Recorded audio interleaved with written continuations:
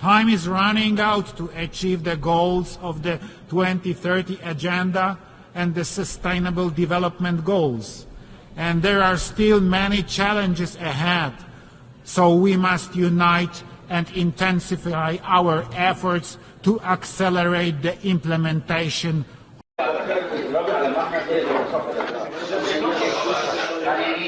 Ja może to za zdrowie pana generała, żeby panu się właśnie udało to, co pan rozpoczął, ale udało sfinalizować. Tak, ale sfinalizować i żebyśmy wreszcie nie posądzali się o jakieś niecne czyny. Ale żebyśmy tylko myśleli o Polsce, to resztę naprawdę rozwiązać.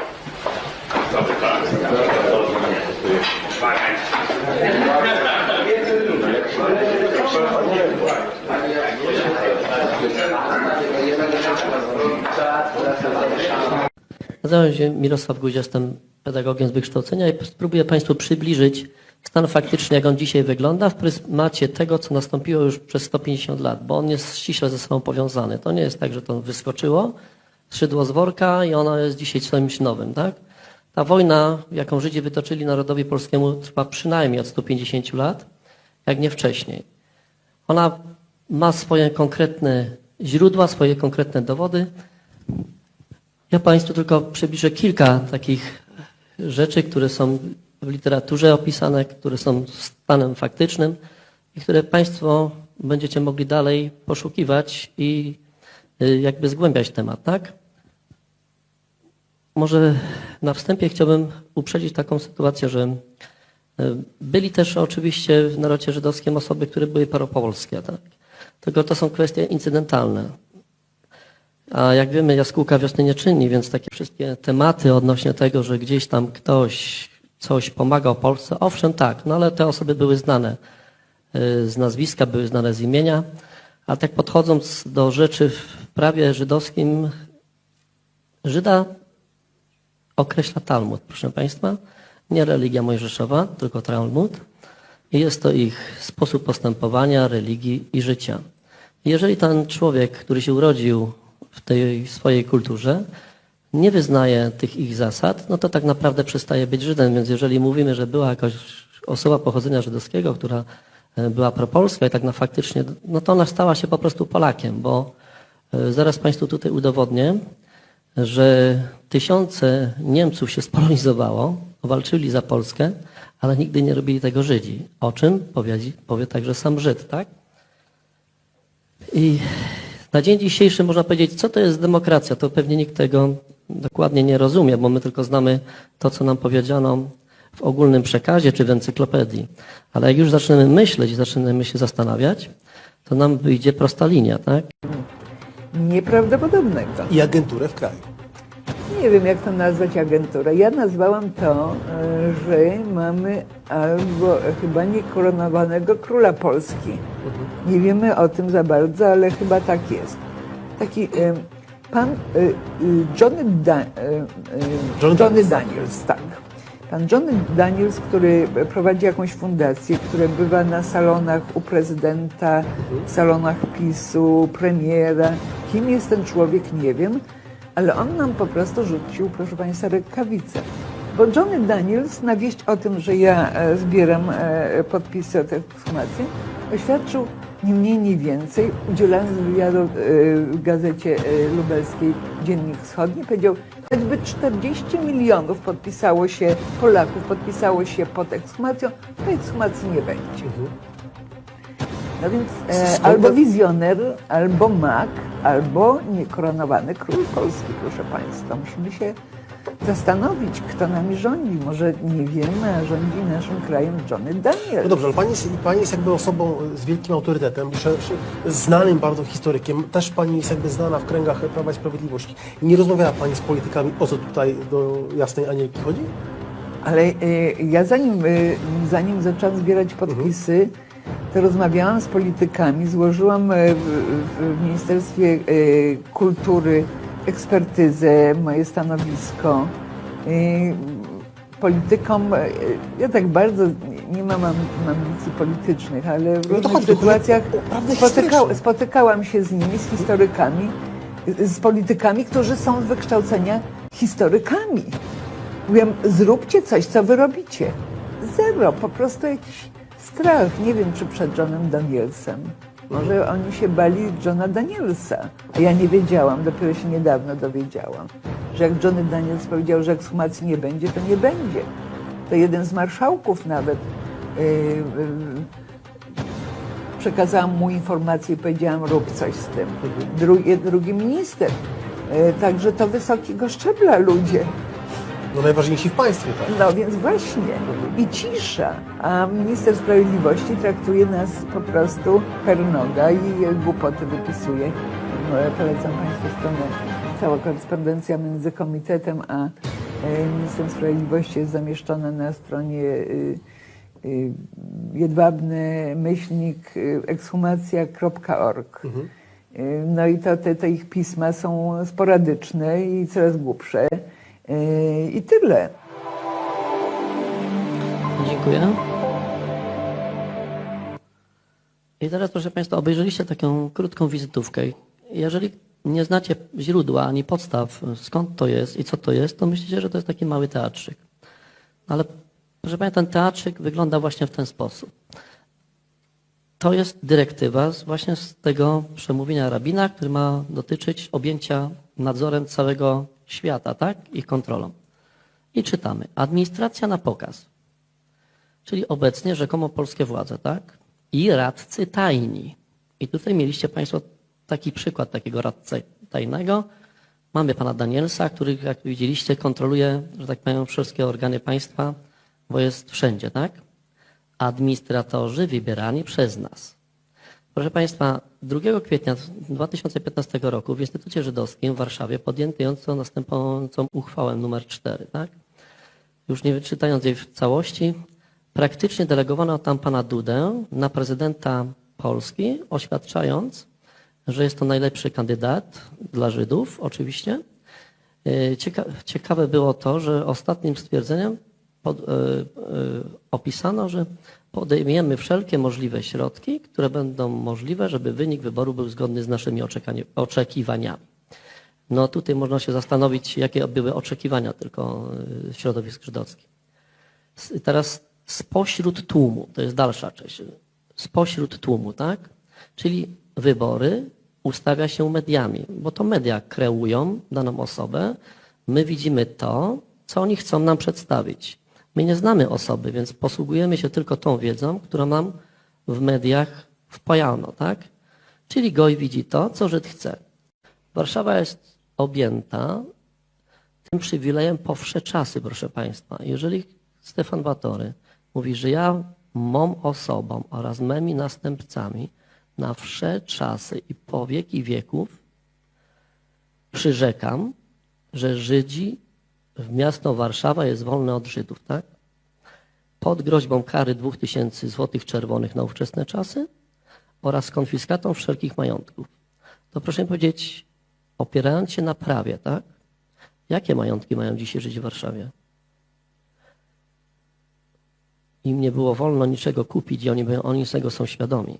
To po pierwsze, już nie przechodzę do informacji tego rodzaju, w jaki sposób nabywali te majątki. Prawo jest prawem, tak? I te prawo, które nigdy nie zostało uchylone, one obowiązuje. Wiele takich jest praw, które ma nas chronić. I będziemy, proszę Państwa, walczyli o nasze prawa, bo Polska jest własnością narodu polskiego. A zaraz wam pokażę, że już inicjatywa żydowska poszła tak dalece, że oni twierdzą, że w Talmudzie wpisano, że Bóg dał im Polskę. To nie jest żart, bo za chwilę to puszczę wam tutaj na filmie. Także możecie wiedzieć, tak samo jak z tą Palestyną i tak samo postąpią z nami, jak z Palestyńczykami.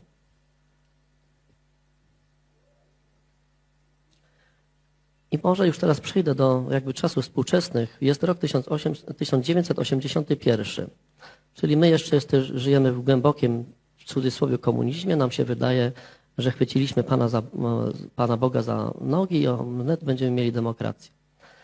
I może trochę zacytuję z takiego listu Izaka Moshe Goldberga, który wysłał do pana Urbana, przestrzegając go, żeby zbytnio się nie wychylali i nie odkrywali kart Co też Żydzi mają w głowie, tak? No więc czytuję. Od czasu, gdy nasi ziomkowie, tacy jak Kuroń, Modzelewski, Mazowiecki i inni członkowie KOR-u, opanowali Solidarność, podporządkowując sobie jej główne działy w polityce, która od 20 lat przecież jest naszym organem. To jest 81 rok. Czyli jeżeli cofniemy się 20 lat do tyłu, to mamy, czyli od 60 roku, to jest organ już żydowski. To pisze sam Żyd, tak? Chociaż adresowanym do polskich gojów. Uważny czytelnik, czy to nasz, czy gojowski, wie, dlaczego tak jest. To droga, która prowadzi nas do objęcia władzy w Polsce. Dalej pan Kolbert pisze. Przecież my gojom wmawiamy, że nie jesteśmy Żydami, tylko Polakami pochodzenia żydowskiego. Więc po co te bajki o dwóch narodach? Po co przypominać gojom, że my Żydzi w Polsce od XIII wieku nie ulegliśmy asymilacji? Bo tu macie państwo odpowiedź źródłową. Raz, że jest to osoba, która jest pochodzenia żydowskiego i o tym mówi, a dwa, nie da się obronić tezy, że Żydzi są, że Żydzi mogą się spolonizować, tak?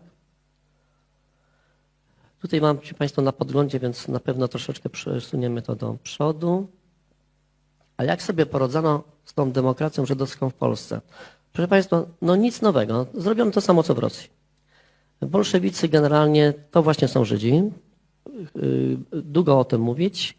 No, podam taki mały przykład. Na 540, jak podaje literatura, 545 bolszewików, bolszewickich komisarzy, z tego 490 kilku było Żydami, kilku tam innych nacji.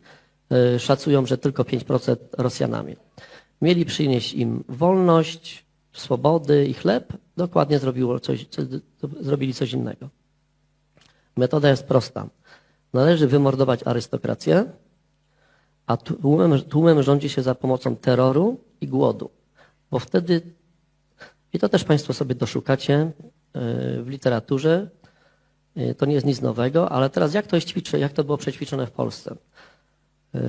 Berman, to chyba państwo macie jakiś taką wiedzę, że taka osoba, główny zbrodniarz narodu polskiego, oczywiście Żyd. Jest sławne jego wystąpienie z 1945 roku, właśnie w jaki sposób mają przejąć władzę w Polsce. Charakterystyczny jest też typ instrukcji wydany przez kata Polaków, Żydówkę Krwawą Lunę. Ona miała kilka nazwisk, zajmowała się między innymi indoktrynacją Kościoła i teraz dzisiaj należy sprawdzić faktyczny stan episkopatu pod względem narodowościowym, proszę państwa, i wtedy będziecie mieli odpowiedź, dlaczego biskupi w taki, a nie inny sposób się zachowują.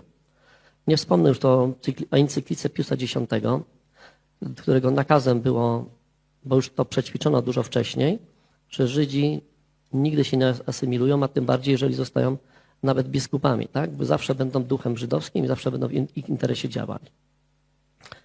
I tutaj czytamy, w istocie cała polska inteligencja jest przeciwna systemowi komunistycznemu i właśnie nie ma szans na jej reedukację, pozostaje więc jej zlikwidowanie.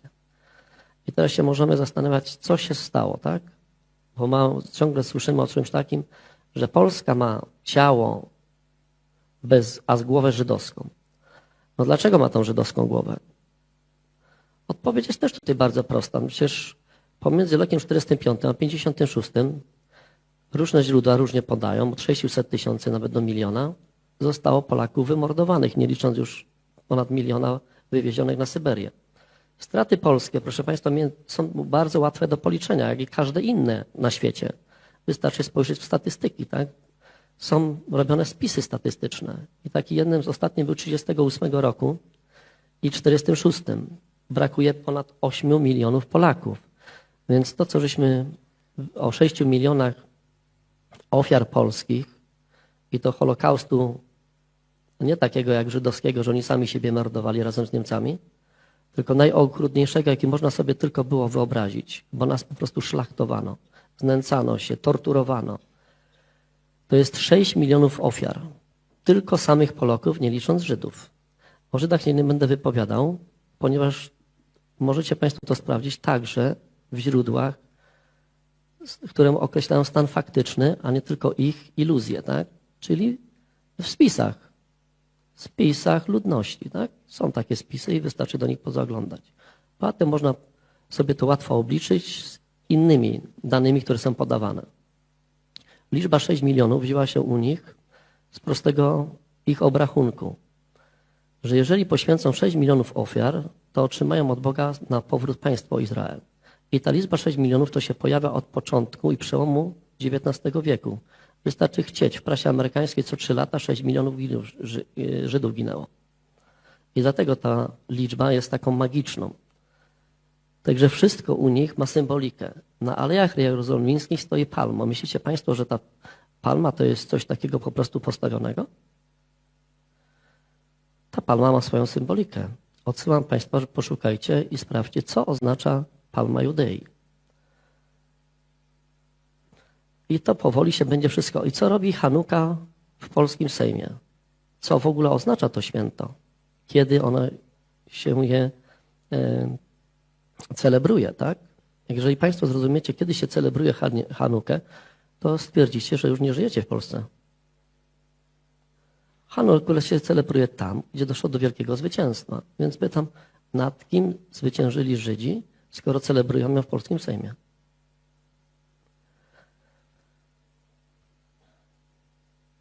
I może teraz, żebyśmy przeszli do małej wizualizacji.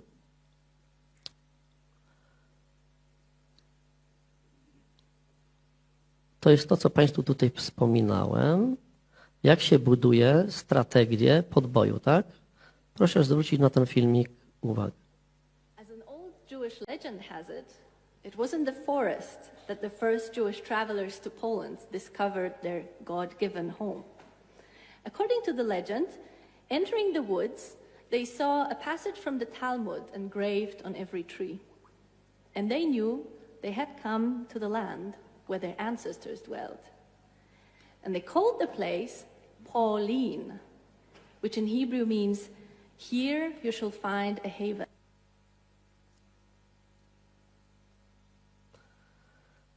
I jak sami Państwo zauważyliście, powołują się także na Talmud, tak? Że to nie jest tak, że oni są wyznania mojżeszowego. Oni cały czas używają tego Talmudu i to jest ich podstawa życiowa. Natomiast zgodnie z artykułem 13, proszę Państwa, naszej konstytucji, która jest niewiążąca, bo my idąc do wyborów nie zawiązaliśmy, nie daliśmy delegacji do jej wprowadzenia. Nawet w tym artykule przeczytacie Państwo, co jest zabronione w Rzeczypospolitej Polskiej, tak?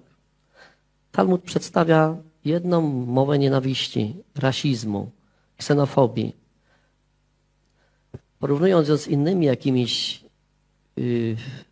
jakimiś źródłami rasistowskimi, to ona jest po prostu, przerasta wszystkie i to kilkadziesiąt razy. I pytanie zasadnicze, czy w normalnym kraju propagowałoby się coś takiego?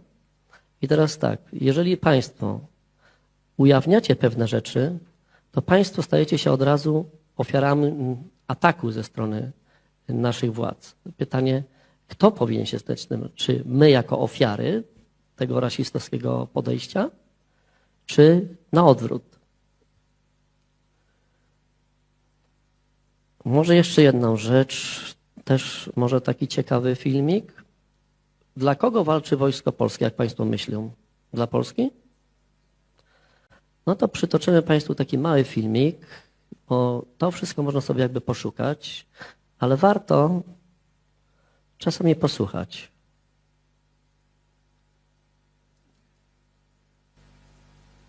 Chcemy dokonać tutaj pewnej demonstracji. Niezależnie od tego, czy będzie panował pokój, czy będą leciały rakiety. My w Polsce na ogół szczególnie strachliwi nie jesteśmy. A więc dlatego, żeby pokazać, że nam na stosunkach z Izraelem, na sojuszu zależy w sposób szczególny. Armia polska jest obecna w Iraku w dużym stopniu ze względu na nasze związki z waszym państwem. Nasza armia jest obecna, ale będzie w znacznie większej liczbie obecna w Libanie z tych samych względów.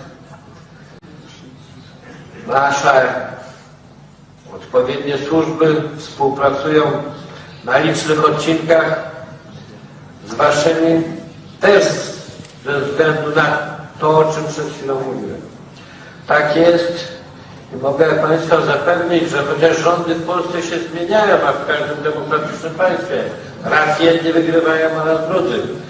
Ostatnio wygraliśmy my, ale nie jest wykluczone, że w przyszłości wygra ktoś inny.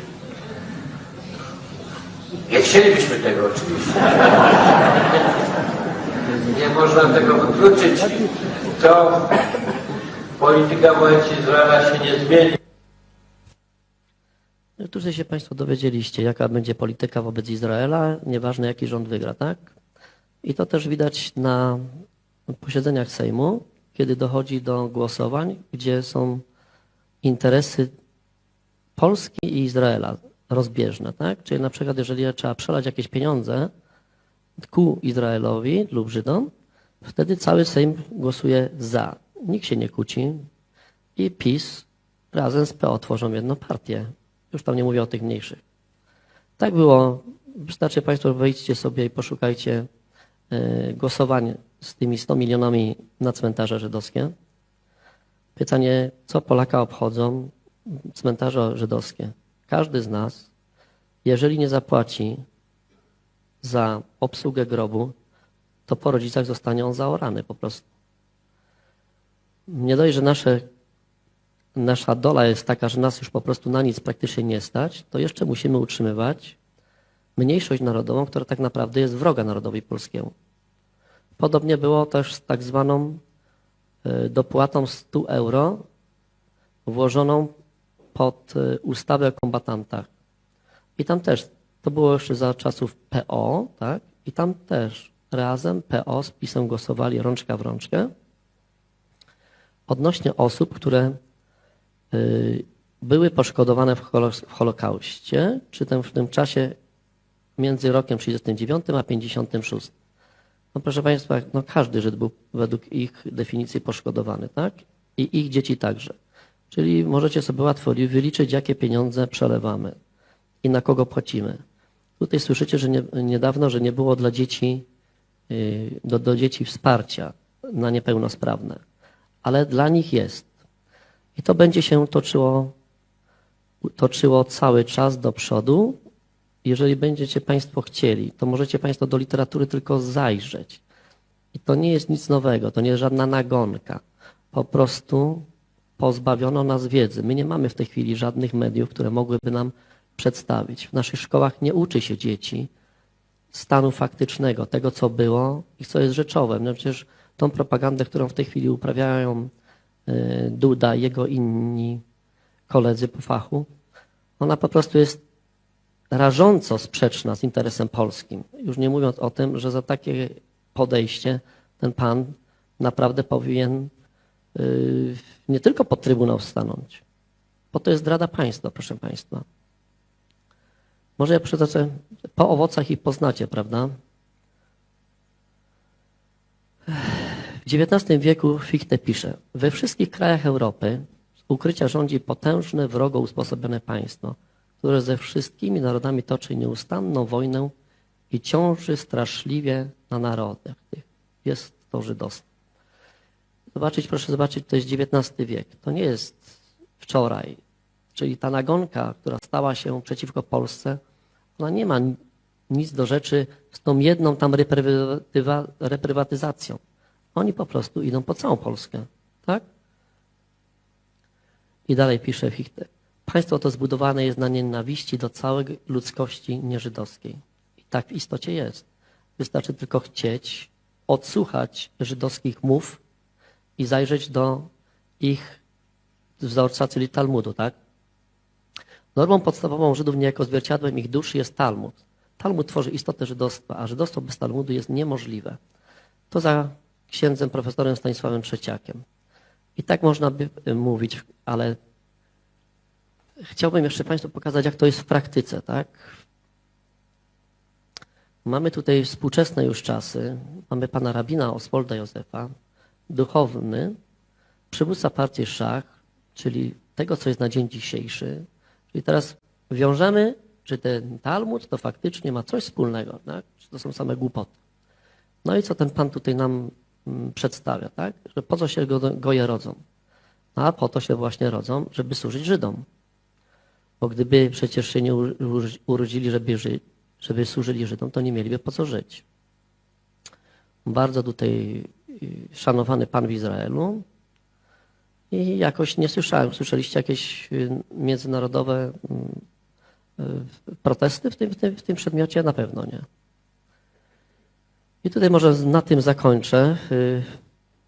Jedno musicie Państwo wiedzieć, że to nie jest nic nowego, że jak tu Talmud nam podkreśla, że wszelka własność innych narodów należy do narodu żydowskiego. Naród żydowski jest uprawniony do zabierania dóbr innym narodom bez skrupułów. Może postępować wbrew moralności, jeżeli jest to korzystne dla niego lub dla Żydów w ogóle. I to jest normą, tak? I nie jest to dzisiejszą normą. Na przykład taki Sambord, to jest też już prawie 200 lat. Pogląd, że wolno nie Żyda ze skóry obedrzeć, że wolno go oszukać i wyzyskać bez popełnienia grzechu, utwierdził się mianowicie wszędzie tam, gdzie krętactwo rozwinęło się przez studiowanie Talmudu. Jak przede wszystkim w gminach żydowskich na wschodzie Europy. I te krętactwo to widzicie co dnia w Sejmie, jak słyszycie o jakichś zapowiedziach, a później jaki jest skutek, tak? Co innego się mówi, a co innego się dokładnie robi.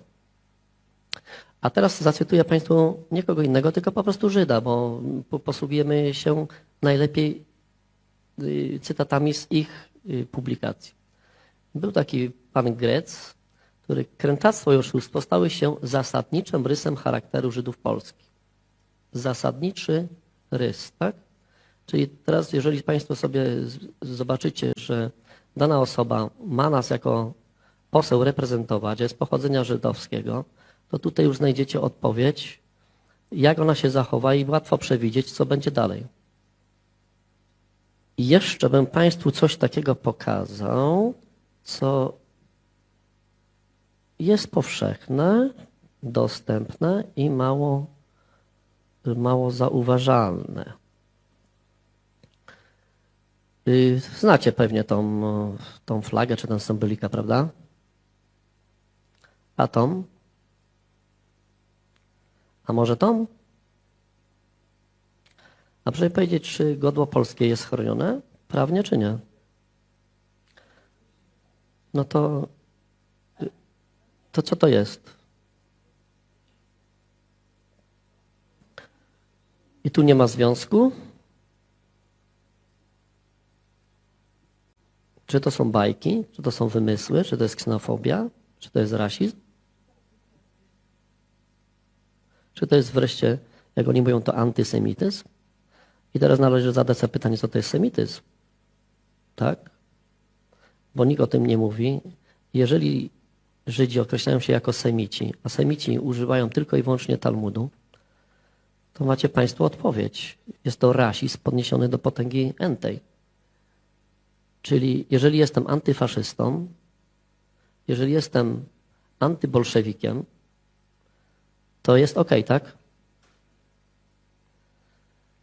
A przepraszam bardzo, czy wszyscy wspieracie rasizm? Nie, prawda? A Żydzi go mają wypisany na sztandarach.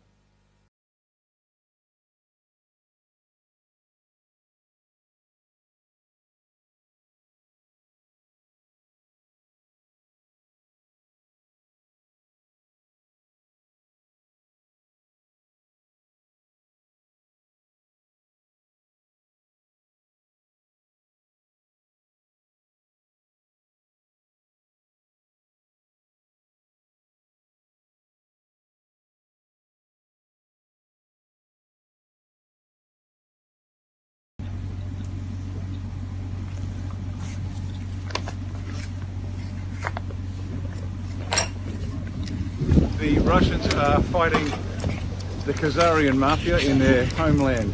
They're cutting the head off the snake of the group that has been destroying this planet for generations. What does that have to do with Australia today, here and now? Because they control this country like they control everywhere else, and the Russians, along with many other nations and many other militaries, are actually fighting a subterranean war to exterminate vermin from the planet.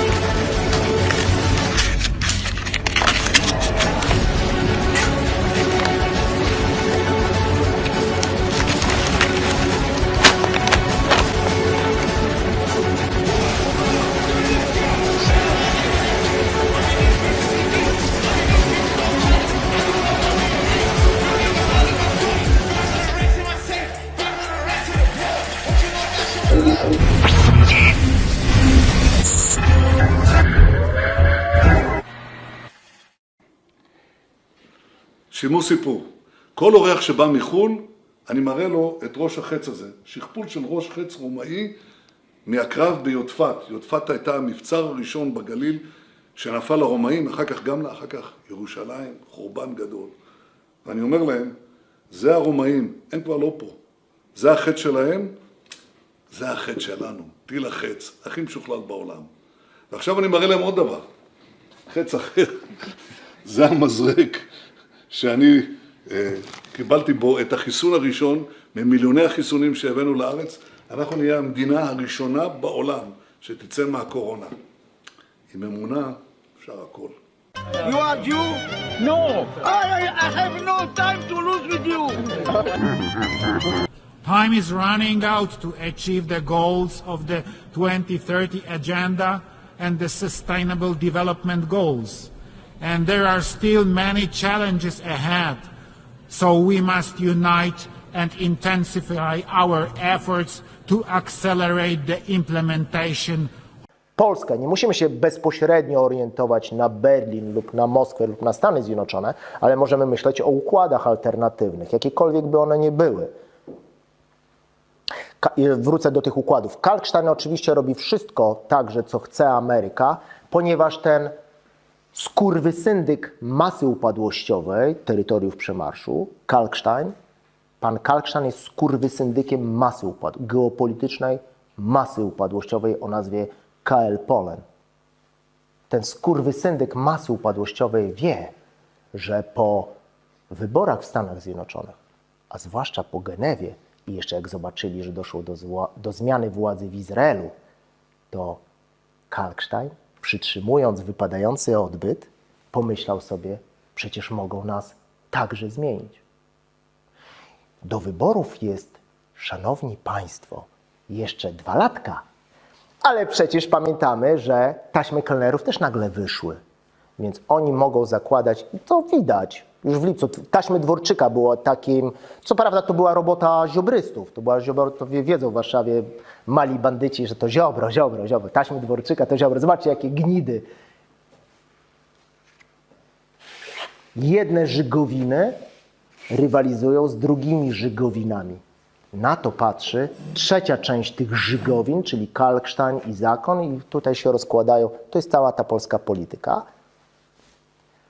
Więc Kalkstein boi się, że Amerykanie mogą dojść do takiego fantastycznego pomysłu, żeby zmienić władzę w KL Polen, w obszarze Wisły, tak jak zrobili to z Tuskiem, z ekipą, ujawniając taśmy kelnerów, bo to zrobili Amerykanie, wszyscy o tym wiedzą.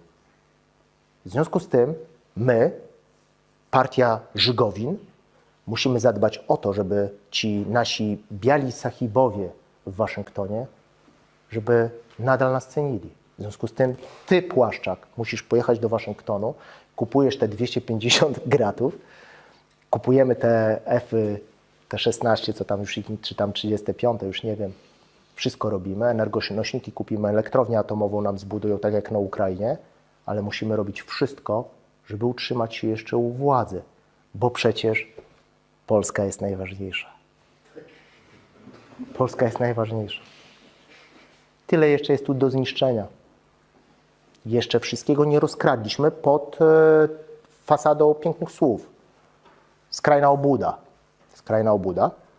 I oczyma duszy mojej, bracia i siostry, widzę, że może być tak, choć robią wszystko, żeby Stany Zjednoczone, tak jak wiele razy mówiłem, żeby urzędnicy Departamentu Stanu, a oni takie są komórki tam do spraw Europy Środkowej, jarając fajki na kawie, na papierosie, będąc mówili tak. Wiesz co, stary mówił, żeby tego Kalksteina i te partie Żygowin zmienić na inne Żygowiny, ale zobacz, czy my mamy powód do tego, żeby zmieniać te Żygowiny na inne Żygowiny? Przecież te Żygowiny cały czas kupują grzecznie to, co my chcemy. Dają nam zarobić, za frajer. Z podatków Polaków kupują, mówią urzędnicy amerykańskiego Departamentu Stanu, jarając fajeczki, Że zobacz, z podatków Polaków kupują nasz złom, kupują energonośniki, jeszcze mamy im elektrownię atomową zbudować i będziemy rywalizowali z Niemcami o to, żeby im tam energetykę zieloną wprowadzić, czy coś tam, cokolwiek, nie wiem. A jeszcze Kalkstein się przyzna, że jest homoseksualistą, bo uzna, że w jego interesie jest granie razem z ideologią naszego Departamentu Stanu, że nie mogą być wykluczane osoby LGBTSS i on także się przyzna, że jest pederastą. Czy trzeba zmieniać te żygowiny na inne żygowiny? Może nie trzeba.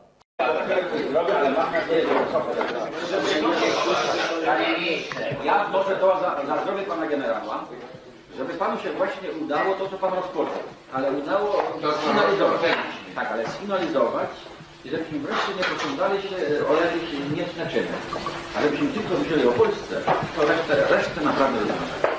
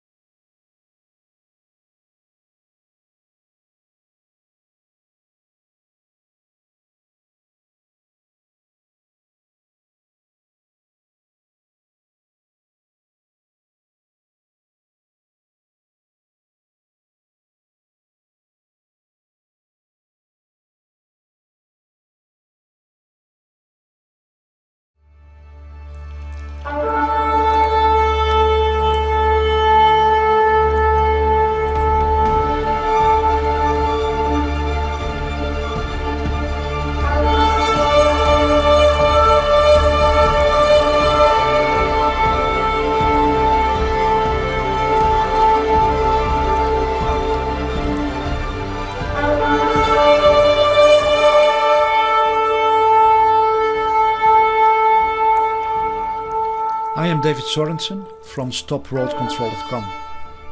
In this video I present to you truths and realities that are extremely difficult to comprehend.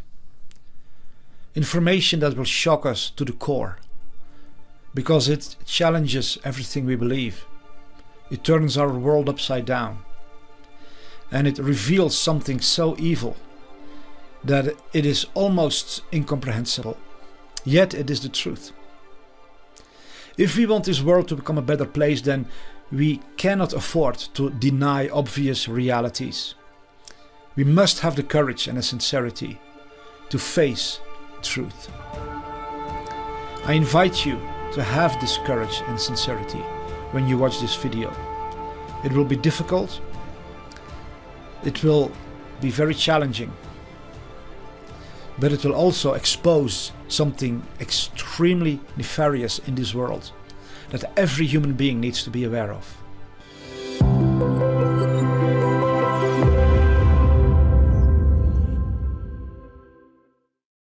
Several former members of the Israeli Defense Force have come forth because they are extremely concerned about what is going on in Israel.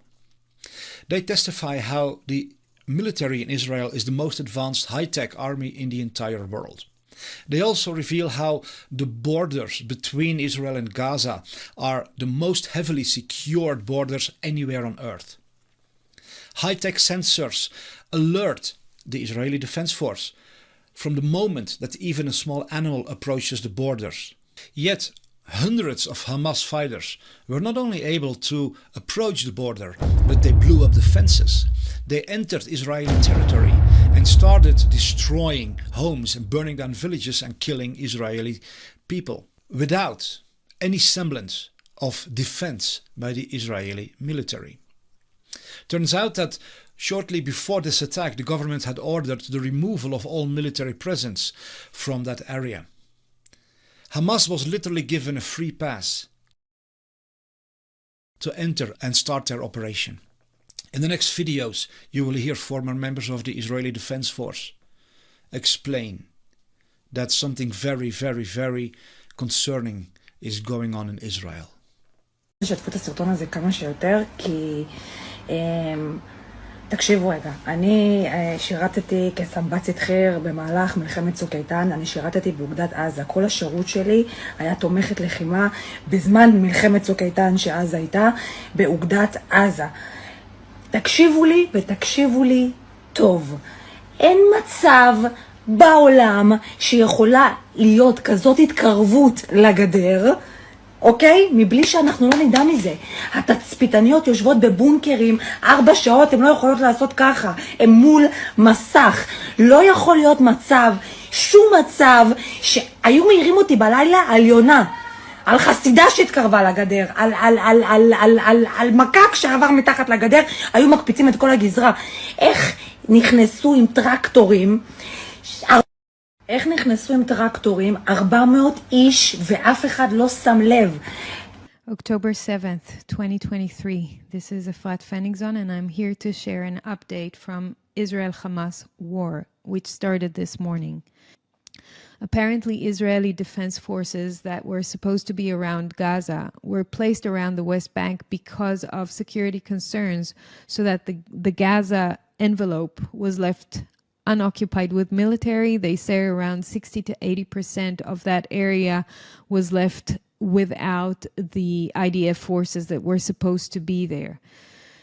A year ago, there was a military operation in Gaza to prepare for such events, and ongoingly there are trainings for these kind of scenarios. This raises serious questions for me anyway about Israeli intelligence. What happened?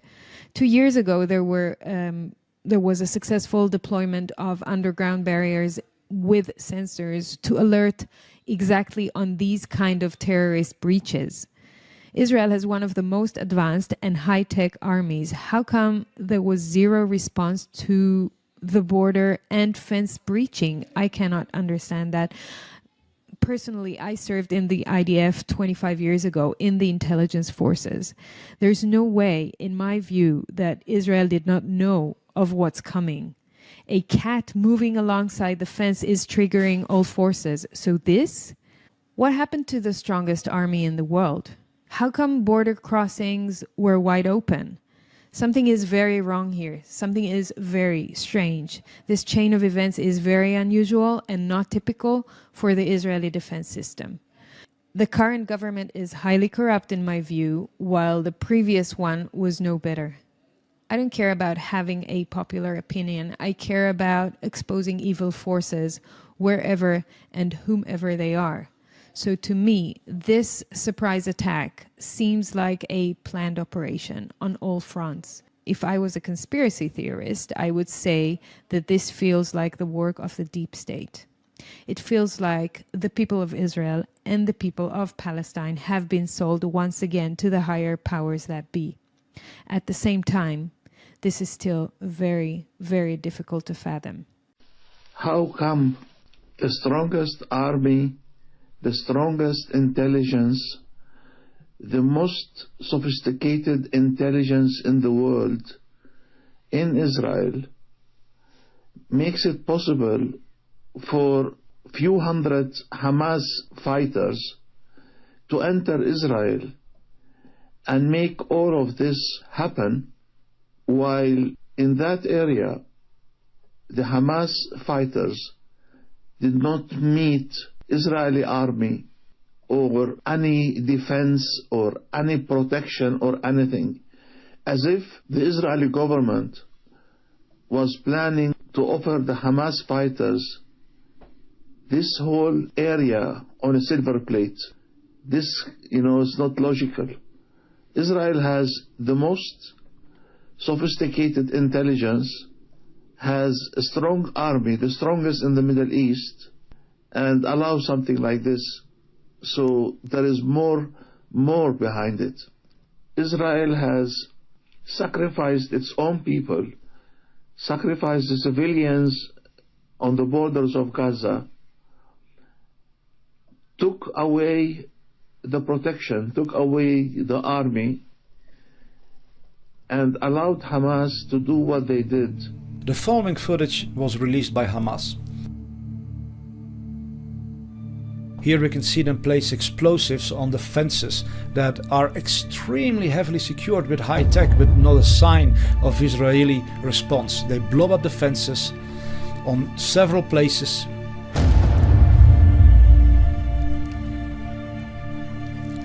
Here you have an aerial view of how they are breaking through and destroying the infrastructure.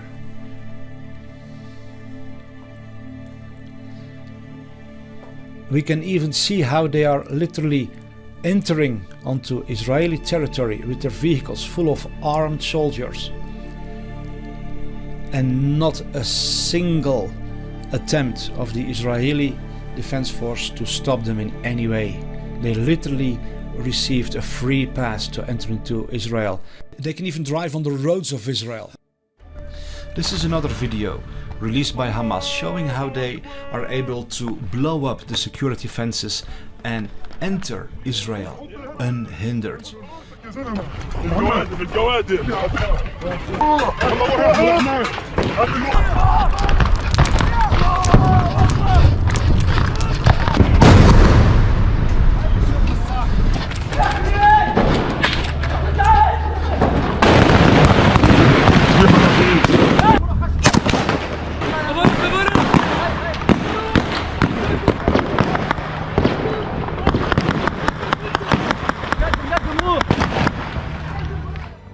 We have to understand that this is not some massive army invading Israel, it's basically a low number of terrorists.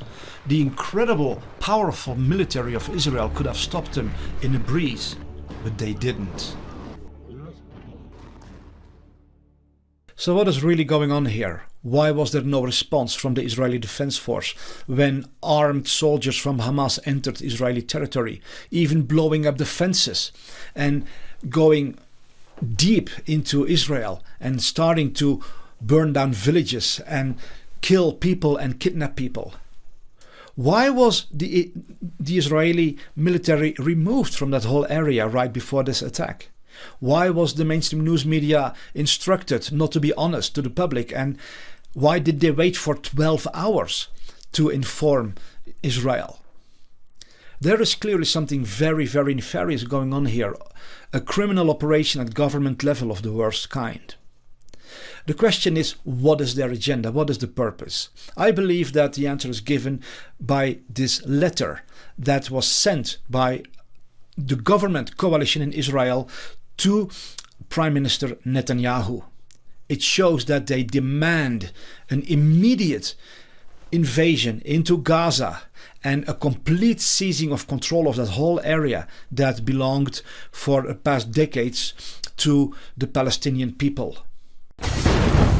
And indeed we see that immediately Israel responds and does something that they have been wanting to do for decades. A complete all-out attack on Gaza, where 2.5 million innocent Palestinian people live. Families like you and me, mommies, daddies, children, grandfathers, grandmothers, just beautiful people. They are being bombarded, they are being murdered en masse. This is homicide of the worst kind. And this invasion by Hamas is the perfect excuse to accomplish this.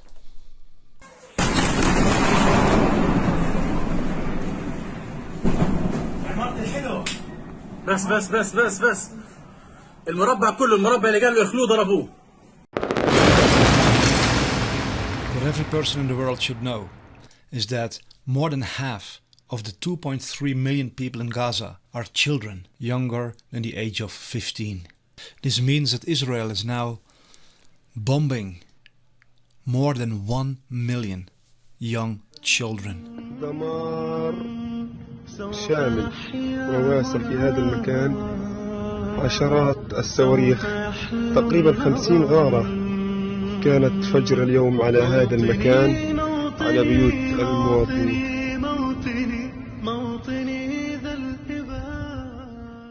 اسحب شهيد شهيد شهيد شهيد اللي عاش في قلب المخيم ننقل لكم الصورة من قلب مخيم جبالة. نحن الآن في الترانس تحديدا، شهداء بالعشرات وجرحى. هذا هو ما يحدث الآن في غزة في مخيم جبالة تحديدا. هذا سوبر ماركت رابعة سابقا.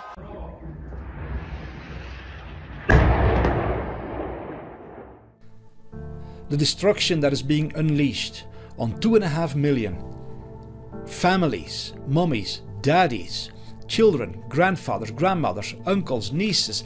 I use these words to get my point through. These are people who live there in Gaza, and now Israel is wiping them out. They are destroying thousands and thousands of families under the excuse of a Hamas attack.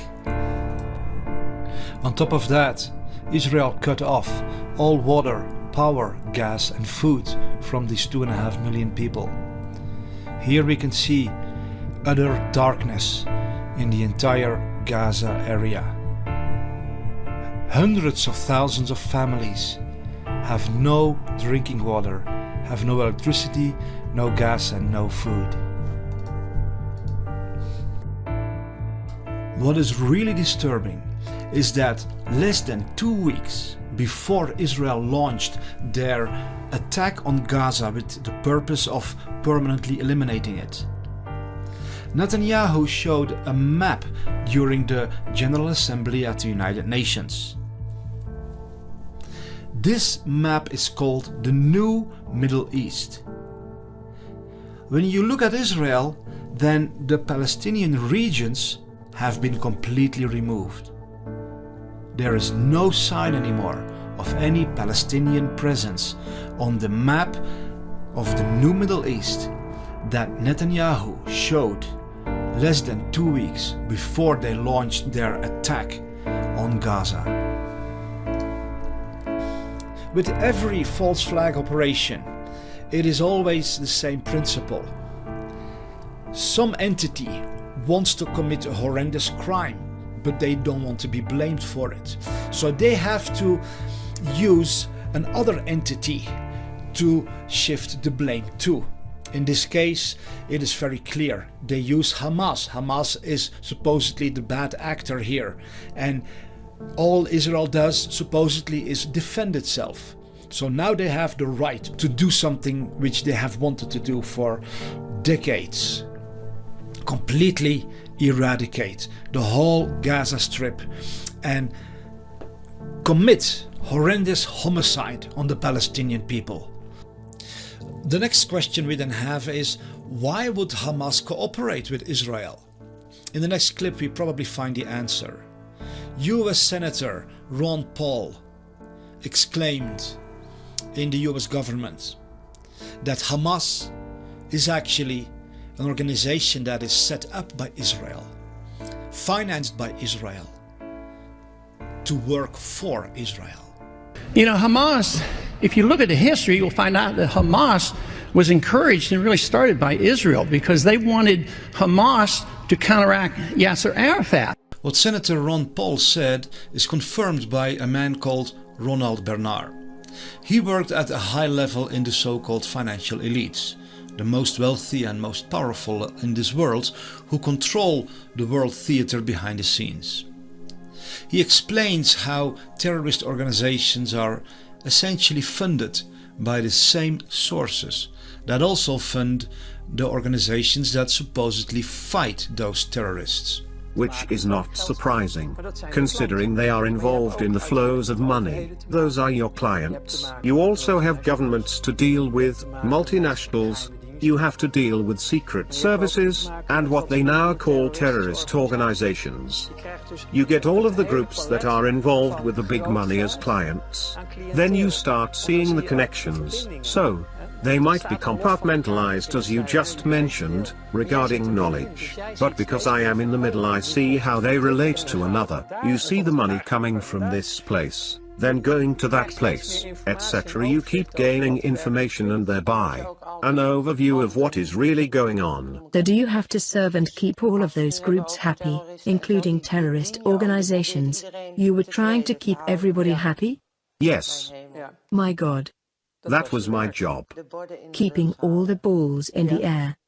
Yes, indeed. So one of the things that I found out, I did not know that before, but now I do, is about secret services. You think they are there to serve and protect a people, country, etc., but they actually turn out to be the criminal organizations, to be more precise. The system is heavily so. We are talking about financing wars, creating wars, so basically creating a lot of misery in this world. So, lots of conflict. And then I think to myself, if only people knew what the world is really like. Secret services will stop at nothing. Nothing. But they also have their flows of money, because if they are trading in drugs or weapons or, for that matter, people, all that money has to go somewhere. Everything has to be financed. You say if, but you could confirm they are doing this? All of them. All of them. You can view the full interview with Ronald Bernard on the website stopworldcontrol.com/Bernard. He explains much more about what's really going on in our world, behind the scenes of the puppet theater that is put up for the public. Because it is a puppet theater indeed. This surprise attack seems like a planned operation on all fronts. אין מצב בעולם שיכולה להיות כזאת התקרבות לגדר, אוקיי? מבלי שאנחנו לא נדע מזה. Israel has sacrificed its own people, sacrificed the civilians on the borders of Gaza.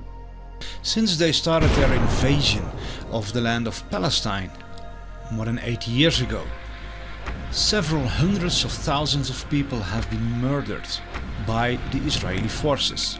And as you can see on this map, they have gradually been stealing all their land, their farms, their vineyards, their homes, all their possessions. And then ultimately they locked up these people in Gaza, which is the largest open-air prison in the world, with the highest suicide rate in the world, because life is so unbearable there. There is something very important that we all need to realize concerning Hamas. Hamas was created so that Israel could play victim. Israel is the actual aggressor who invaded a peaceful region, murdered hundreds of thousands of people, stole all their land, their homes, their farms, their vineyards, all their possessions, and locked them up in open-air prisons and in areas where these people are terrorized every day of their life. Still, a majority of humanity looks at Israel as if they are the victims. That is the success of Hamas. And this is how psychological operations work, that are run by intelligence agencies to manipulate mankind. Here you see footage from Palestinian people before the invasion by the Zionists. These are no terrorists, these are no dangerous people, these are just happy families, just like you and me.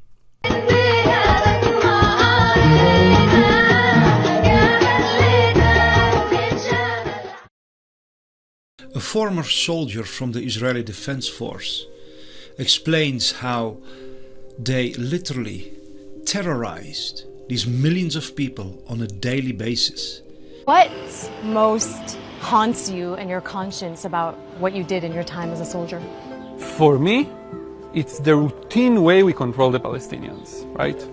A Palestinian can wake up in the morning and not know if he will be at work on time, go to sleep, not know if soldiers will invade his home. We basically control the most simple and basic elements of life. It's designed to break down the population of Palestinians and show them who's in charge and humiliate them on a daily basis. Exactly. How can we make 2.5 million Palestinians in the West Bank to feel that they cannot lift their head up?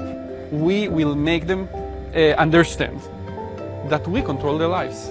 the segregated roads and the settlements and so forth, they exist all around the occupied territories. Military activity, home invasions, patrols, digital surveillance, they exist here and they exist all over the West Bank. The difference in Hebron is that in a very short walk, we can see examples of all of it. All of it. All of we it. saw all of it. The United Nations says that 251 Israelis lost their life compared to 5,590 Palestinians that were killed between 2008 and 2020. A member of the European Parliament from Ireland, however, says that the numbers are much higher. More than 150,000 Palestinian civilians have been killed or injured in Gaza and the West Bank since 2008. 33,000 of those were children. But what is truly behind the invasion of the land of Palestine and the stealing of the land of millions of people and murdering and torturing them? What is the deeper agenda behind all of this?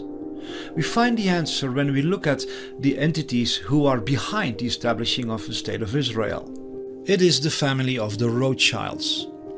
On their own official website, they brag how they are the ones who financed the rebuilding of Israel.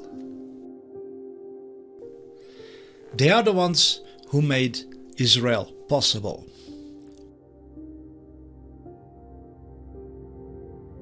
So who are the Rothschilds?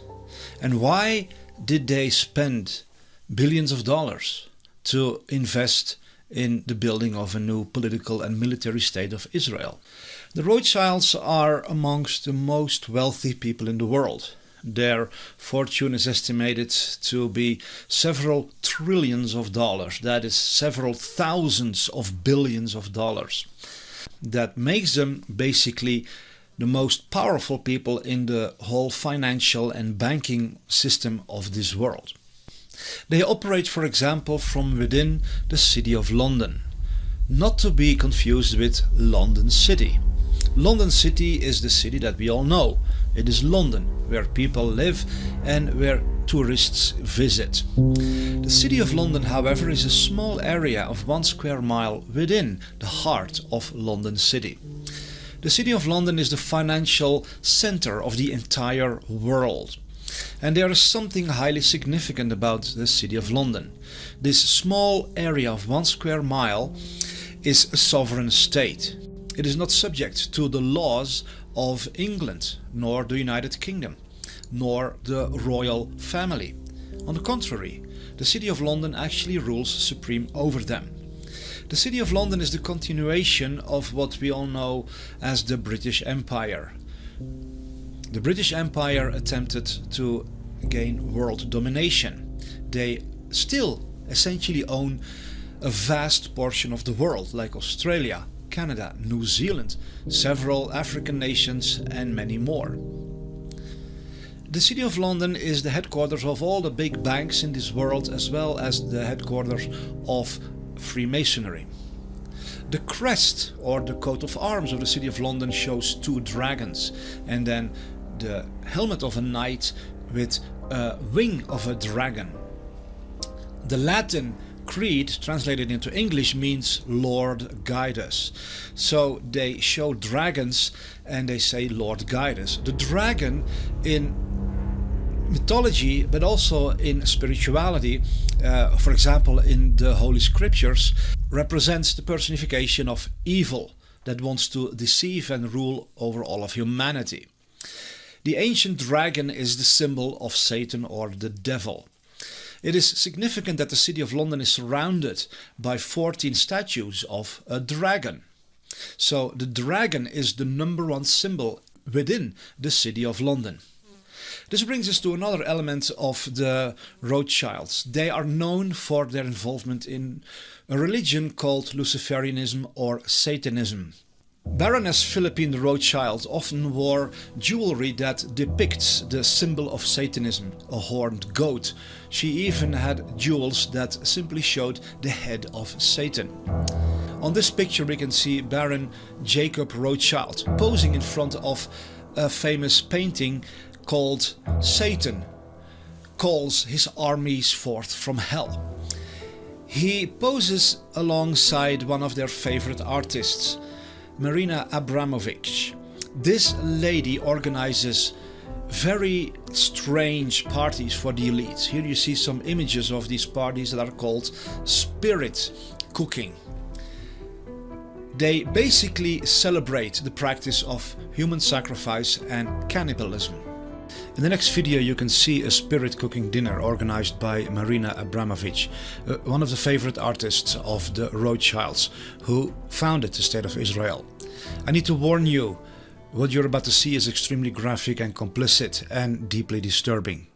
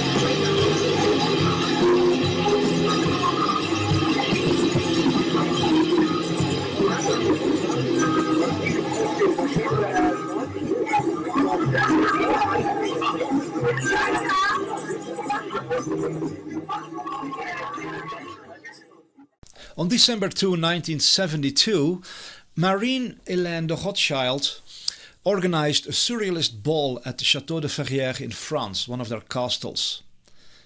These are some images from their party. It again celebrates human sacrifice, which is at the heart of Satanism. Here you can see more art from Abramovich, a good friend of the Rothschilds. She celebrates all the symbolism of Satanism. The snake, the devil's horns, even child abuse. In 2017, the Rothschilds chose an artist from among thousands of artists in our world to decorate their sailing boat during the Lascaux project. From all the existing artists in our world, they handpicked one particular man, Cleo Peterson. Here you can see some of his art. It always shows dark entities that are torturing white figures. Always darkness torturing the light, evil ruling over good.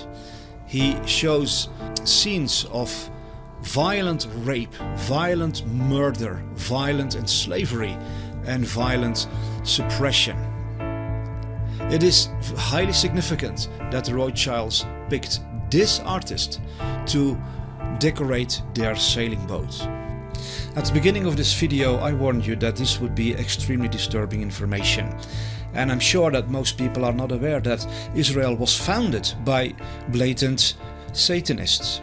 But this brings us back to the original question. Why did they invade Palestine? Why did they erect the State of Israel? Everyone who is informed knows that there has always been an agenda for world domination all throughout world history. This is not a conspiracy theory. This is one of the most basic realities of human history.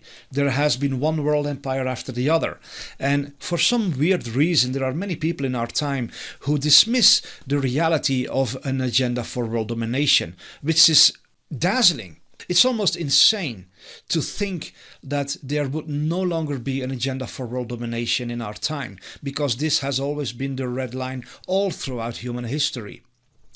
The only question is, who are the people today that aim for world domination? Well, there is, for example, the World Economic Forum, who make it very clear on their own website that they are striving for global governance. They want to control the whole world. They also strive for internet governance and corporate governance. They want to establish governance over every aspect of human society. So here you have it. It is out in the open. Well, the Rothschilds are among the families who are behind the World Economic Forum, which is basically a public entity that is backed up by the City of London and by these high-level financial elites. Now, the past decades there have been extremely disturbing revelations about what's going on within these financial elites. The main theme that has been exposed by innumerable insiders, and I mean surviving victims or eyewitnesses or former employees, and even former directors of the FBI and the CIA, and former police officers and detectives and commanders from the military, and former agents and officers from intelligence services. All of these people have been revealing one same horrific reality. They have been exposing to our world how there is an organized system of child abuse and child trafficking and even child torture and child ritual sacrifice that is happening within these financial elites. There is, for example, the whistleblower Ronald Bernard. He was operating at the highest level within these financial circles, and he was moving trillions of dollars. He exposed how at the very highest level of these financial elites there is indeed this religion called Luciferianism. And he joined into their satanic masses for a while because there was a lot of fun. Sex, drugs and rock and roll, you could say. But then he was invited to partake into the ritual of child sacrifice. And he was promised that if he would join into that, he would receive unimaginable financial opportunities. He would become wealthier than his wildest dreams. Here is a short clip from the testimony of Ronald Bernard. But then at some point, I was invited, which is why I'm telling you all this, to participate in sacrifices abroad.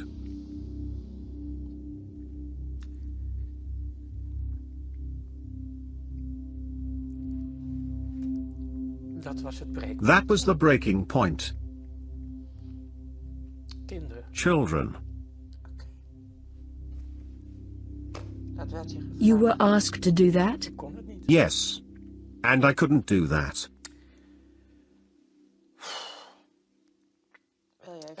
Would you like to stop for a moment, by the way? No. And then I started to slowly break down. I lived through quite a lot as a child myself, and this really touched me deeply. Everything changed. But that is the world I found myself in.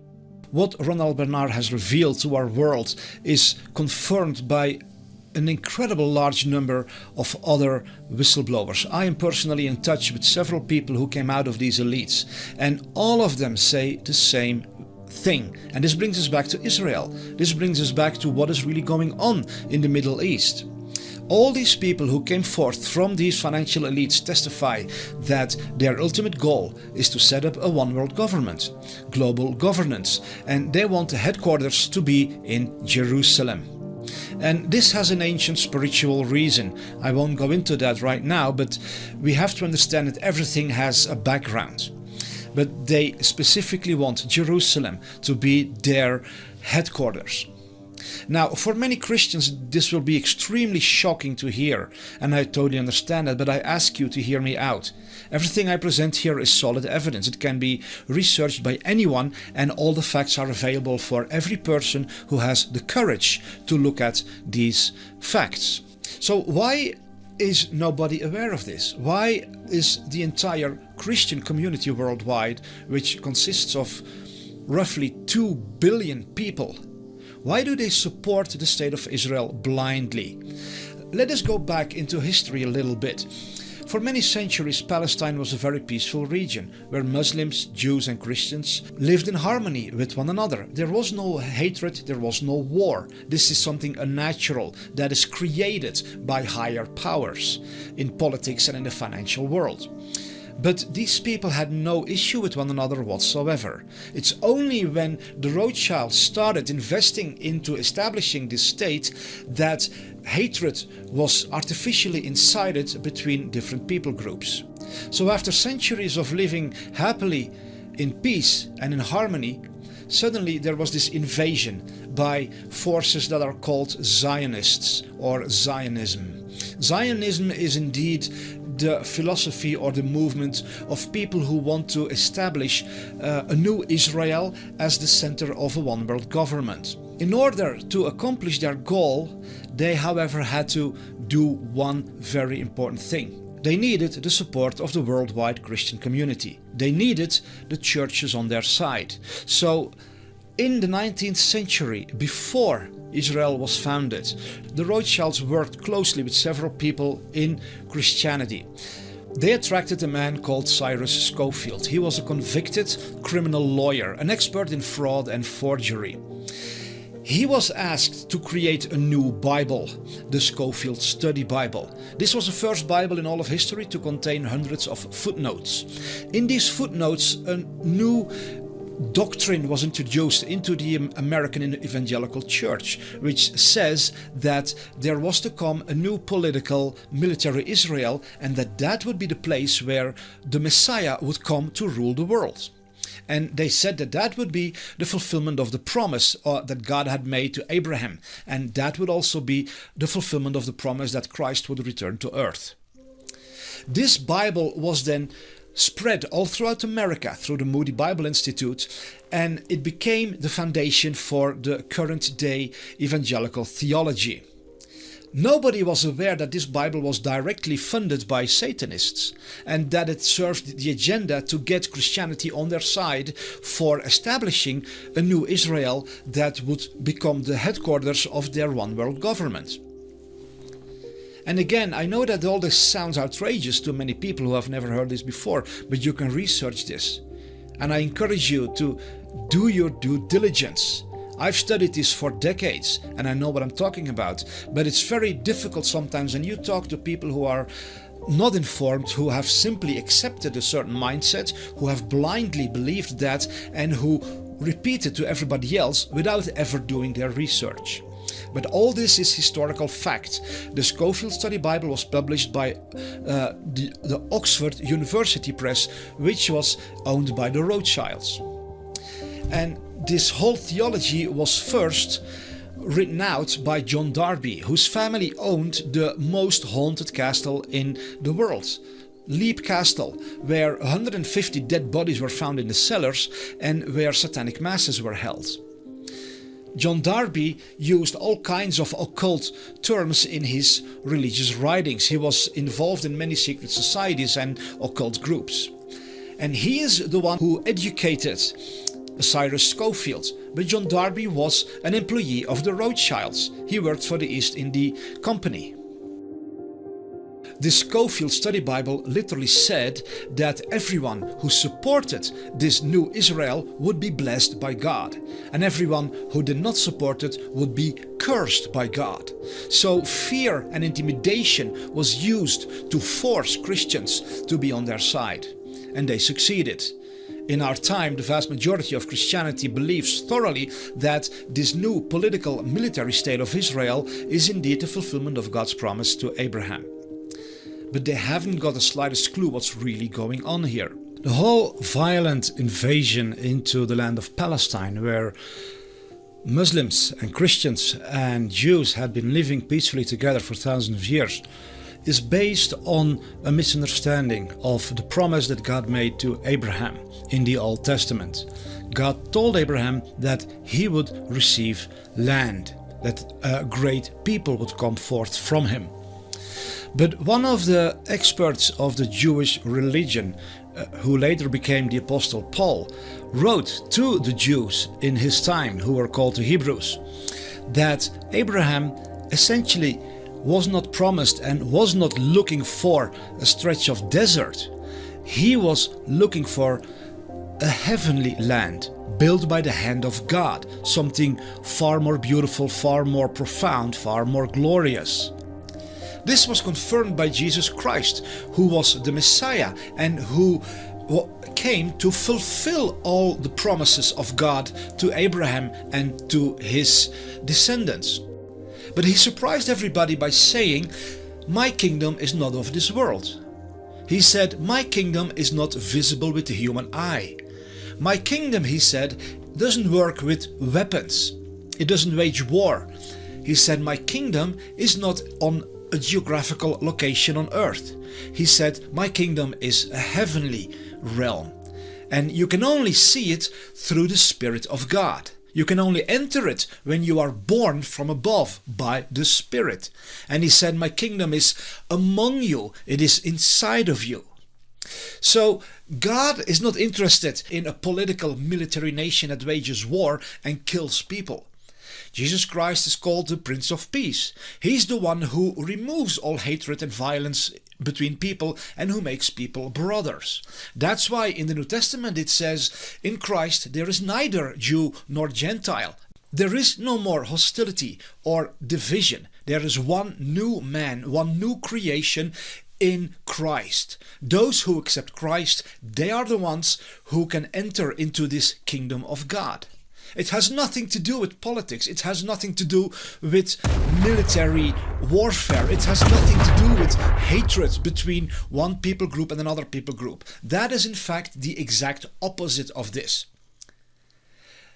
But we've all been told something entirely different. We've been told by the Rothschilds through the C.I. Scofield Study Bible, which has spread all around the world and which was unquestioningly accepted by all of Christianity, that it is all about a political military nation, which is the opposite of what Christ said. He said, even to the Samaritan women at the well, for those who know what scriptures say, he said, the time is gone, the time is over, where people worship God in the city of Jerusalem. He said, now the true worshippers will worship God in spirit, because God is spirit, and that's the worship that he longs for.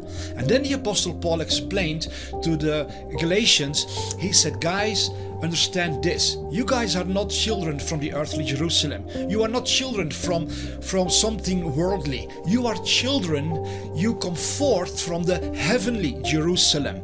The heavenly Jerusalem is your mother. It's a heavenly kingdom, Jesus Christ said. In the Old Covenant there was a physical Israel, a physical Jerusalem, a stone temple, but in 70 AD that was all destroyed. That was judged by the Almighty God. And then in the New Testament it says that we are now the temple of the living God. He dwells in us. We are his dwelling place, and his spirit builds us as homes where God can dwell. And through us he brings healing and deliverance to the world.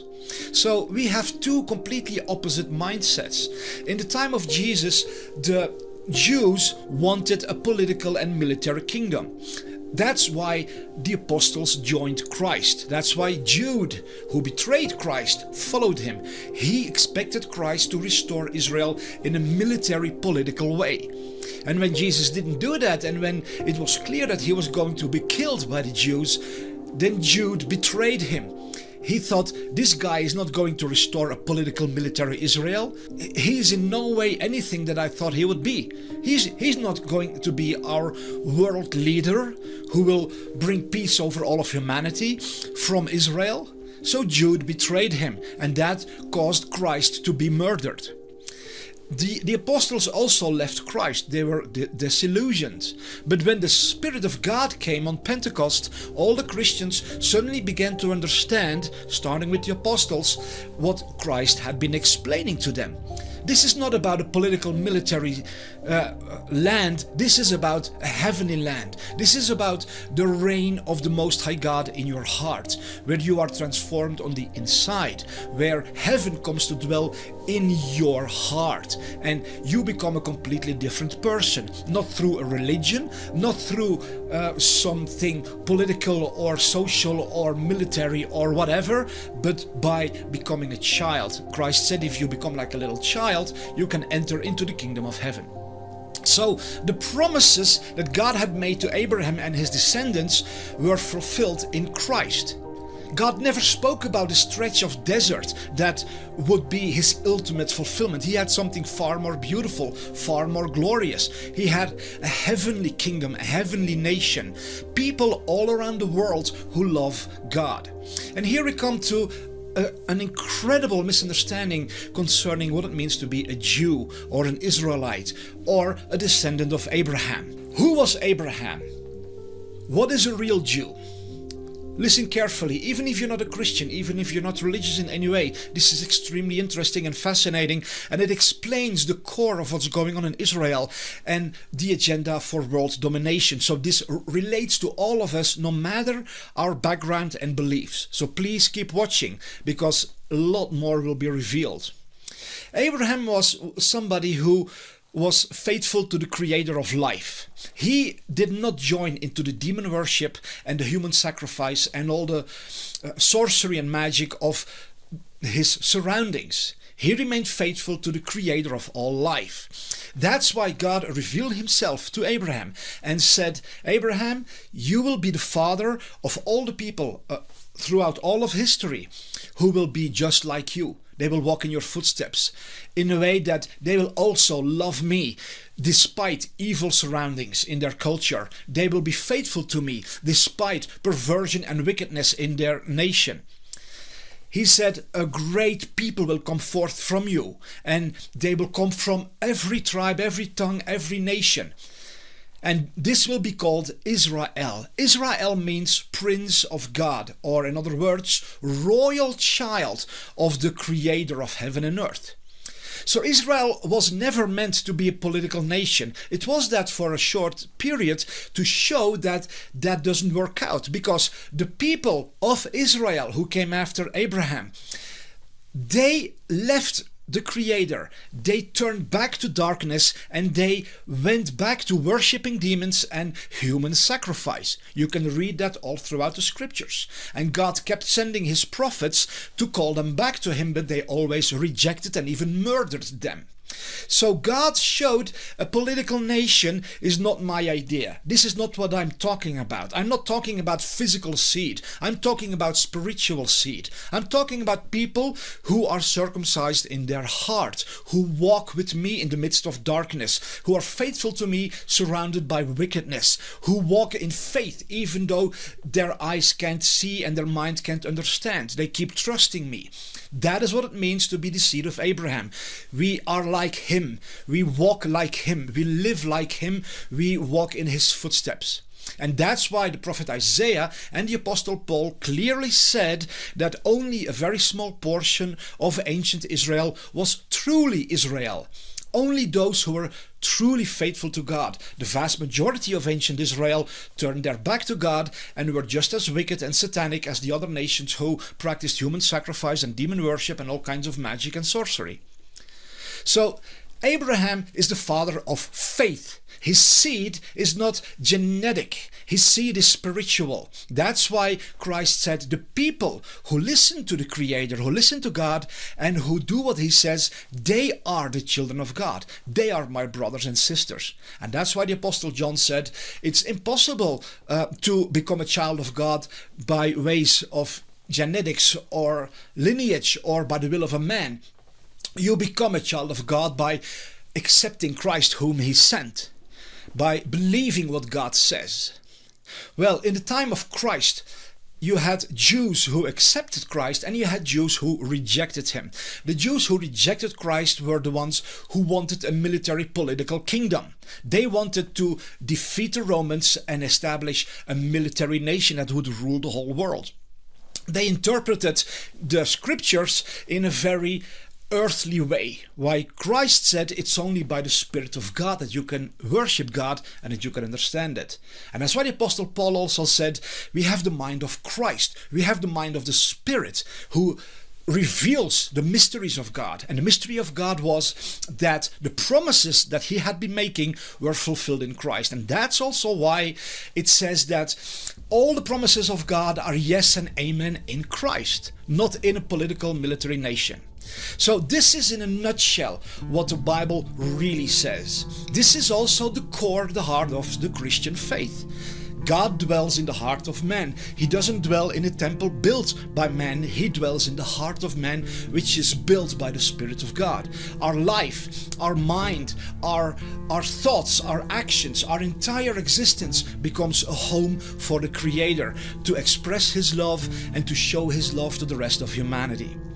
And there is no racism in God. He is not a respecter of persons. The mindset that being a Jew means that you have some kind of a genetic connection to Abraham, that makes you a racist, because people who think that way say the Jews are better than the rest of humanity. They have the right to slaughter and murder and torture and imprison and rob everybody else because they are the chosen people. And that is exactly how the Pharisees were thinking. In scripture we can read that they talked about other nations as being dogs. They said those people are animals. And now with the attack of Hamas on Israel, which is not really Hamas, you know, Hamas is financed by the same people who finance Israel, but the Israeli defense minister literally said those Palestinians, they are human animals.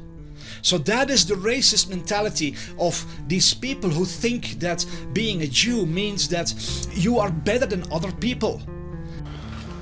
אנחנו מטילים מצור מוחלט על העיר עזה. אין חשמל, אין מזון, אין מים, אין דלק. הכל סגור. אנחנו נלחמים בחיות אדם ואנחנו נוהגים בהתאם. There is a vast contrast between what Christ and the scriptures say and between what was introduced into Christianity. Basically, the doctrine of Zionism goes back to the time of the ancient Israelites, who wanted a political, military Israel that would rule over the world. That's basically that literal interpretation. And they are the ones who murdered Christ. They are the ones who killed all the Christians. They are the ones who slaughtered the apostles, because they did not want the kingdom of heaven in the heart of man. They wanted the political, military fulfillment of the promises of God. So they rejected Christ, they rejected what the apostles preached, they rejected everything that the scriptures truly said. So this is where we come at the core of the issue. And I hope that you are still with me. I've been real fast explaining this as concise as I can, but I invite all the Christians who are watching this video to study the scriptures sincerely. Read the letter of Paul to the Galatians. Read what Christ in the gospel said about the kingdom. He never spoke about a political military reign. He rejected that fiercely. Okay? And Jude betrayed him for that. The Christian church has been severely subverted. Instead of being faithful to what Jesus Christ said, whom they claim to believe, follow and worship, they actually completely diverted from everything Christ has said, and they went back to what the Pharisees said. We need a military, political Israel. When we look at the modern day state of Israel, it becomes crystal clear that it has nothing whatsoever in common with the Israel that God is talking about in Scripture. In Scripture, God says that Israel, Prince of God, royal children of God, is His family, it's His people, those who love Him, those who worship Him, those who are faithful to Him. It is His kiddos, His beloved ones, the apple of His eye, the people that truly belong to God. When you look at the current state of Israel, it is one of the most atheist states in the whole world. The vast majority of Israel fiercely rejects the existence of God. They say that there is no God. Many of them are Freemasons. Israel, in its short existence, has become one of the capitals of sexual perversion worldwide, with the biggest pride parade in the Middle East. It is a safe haven for pedophiles. People who are wanted by the law for child abuse can flee to Israel and they will not be prosecuted there. So this is very powerful evidence that Israel has nothing to do with the true Israel that God was talking about, which is literally the exact opposite of this. God says, love your enemies. We are all brothers. He calls people to live in peace with one another. Israel is the exact opposite of this. It kills millions of people. It murders them. It tortures children in prison. This is unfathomable. There is no connection between this political, military, violent state, which was financed by Satanists, and which is a capital in the world of sexual perversion and one of the most atheist nations in the world, and what God says that Israel is. It is literally the exact opposite. Let me show you something. This is a legit $1 note. How do you know that it's real? Well, because it says so here, right? $1. So you can rest assured that this is a genuine $1 note. That's exactly what's going on with Israel. It's not because somebody assumes an identity or uses a certain name that they are the real thing. This is an authentic $1 note. It doesn't only say $1, but it has all the characteristics. When we look at Israel, we need to look at the characteristics, not just be fooled by the name Israel. Anyone can say, I'm an Israelite, I'm a Jew, or whatever. We have to look at what are the hallmarks of the true Israel according to the Torah, according to the Old Testament and the scriptures. And then we have to look if we can see those characteristics. That's how we determine if something is real. You can't just go around and say, look, this is real because it says so. Using the Star of David and using the name Israel doesn't make you Israel. This is something we really have to understand. And then another key insight I need to share with you is that this is being presented to humanity as an everlasting conflict between one people group and another, Israeli and Palestinians. But that's not what's really going on. As we saw, the entities who are behind both Israel and Hamas, they are the ones who have caused this conflict. They are the ones who initiate this war. Essentially, this is a war between the deep state and all of humanity. And both the Israeli and Palestinian people are victim of this.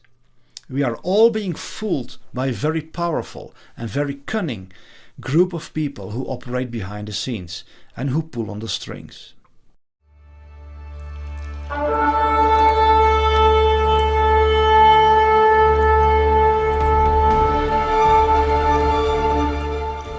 So this is the mystery of Israel that has been solved. It has nothing to do with what the ancient scriptures say about what Israel is. It is diametrically the opposite of that. It was founded and financed by blatant Satanists who have an agenda for world domination and who want to have the support of the billions of Christians from around the world so that they can succeed in their agenda. I understand that it's extremely shocking if you hear this for the first time, but all this information can be researched. You can find more and more evidence for this when you do your due diligence. I want to invite you to become part of building a better world, where we don't support entities that create war and murder hundreds of thousands and even millions of people. We are not here to make this world a place of horror and terror and fear and destruction. We are here to bring love, justice and goodness amongst all of humanity. This is our purpose. That's why this film was made, to expose an extremely nefarious agenda. Their plan is to incite world war, so that they can use that as an excuse for establishing a one-world government, which would then supposedly bring peace. We have the choice to fall into this trap or to open our eyes and have the courage to stand up for what is right and prevent their agenda. I invite you to go to the website stopworldcontrol.com and sign up for our emails. You will learn a lot about the official agenda for world domination and what you can do to be part of preventing this plan. The future is bright and beautiful if we rise up and if we do what it takes to make this world a place of goodness, a place of hope, a place of happiness.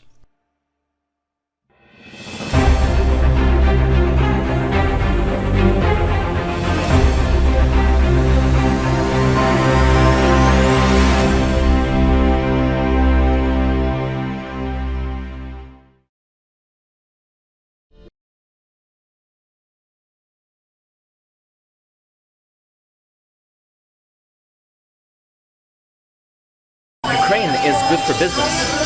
You know that, right? We are going to introduce you now to Ukraine's new owner in a minute. They don't want to be in the news. They don't want people to talk about them. They don't want to be anywhere on the radar. Why not? But what they want is they want complete central control. And the way to get complete central control is to end currencies. So all you needed to do at the beginning was follow the money. We have already managed to attract attention and have cooperation with such giants of the international financial and investment world as BlackRock, JP Morgan, and Goldman Sachs. All of these financial institutions, they buy politicians. Listen to this, because this is very fucking wild. About 10 days after 9/11, I went through the Pentagon, and one of the generals called me in. He said, "Sir, you gotta come in and talk to me a second." He says, "We've made the decision. We're going to war with Iraq." I said, "We're going to war with Iraq. Why?" He said, "I don't know." I mean the devil. For a moment, of course, after a war, Ukraine is going to require reconstruction. But don't you remember, like about 20 years ago, Iraq, after the Iraq war, required reconstruction? So I came back to see him a few weeks later, and by that time we were bombing in Afghanistan. I said, "Are we still going to war with Iraq?" And he said, "Oh, it's worse than that."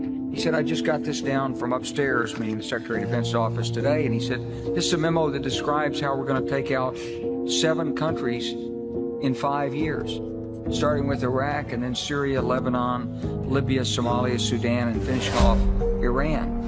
War is real good for business.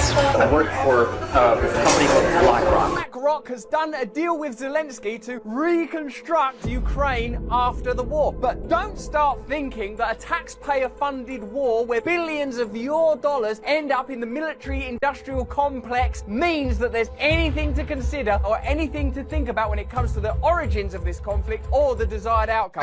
BlackRock manages 20 trillion. It's incomprehensible numbers.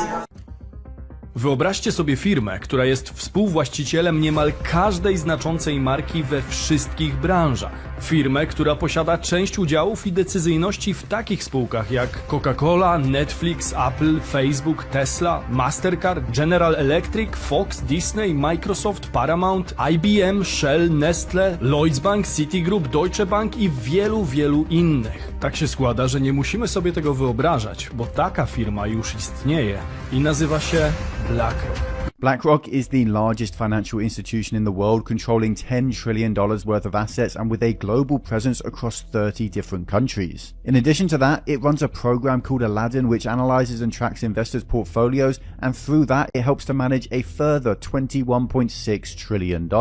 It absolutely dominates this space and has in recent years been hiring and scooping up as many government officials as they can, even including senior advisors to multiple presidents. Despite all this, 99% of people in the world can't even tell you who Larry Fink, the founder and CEO of BlackRock, is or what he looks like. It's no wonder then that there are many different theories regarding the extent of control BlackRock has over the world, and when BlackRock comes out and says that we're about to see a new world order emerge, everyone with even half a brain cell will listen. Now, just a couple of weeks ago, BlackRock released their 2023 Global Investment Outlook, which explains exactly what's going on now and what's going to happen over the next year. The subtext is clear throughout the piece: a new playbook, a new regime playing out, and even a new world order. We're going to find out exactly what is happening and why no one is talking about it. All industry, media, academia, and politics.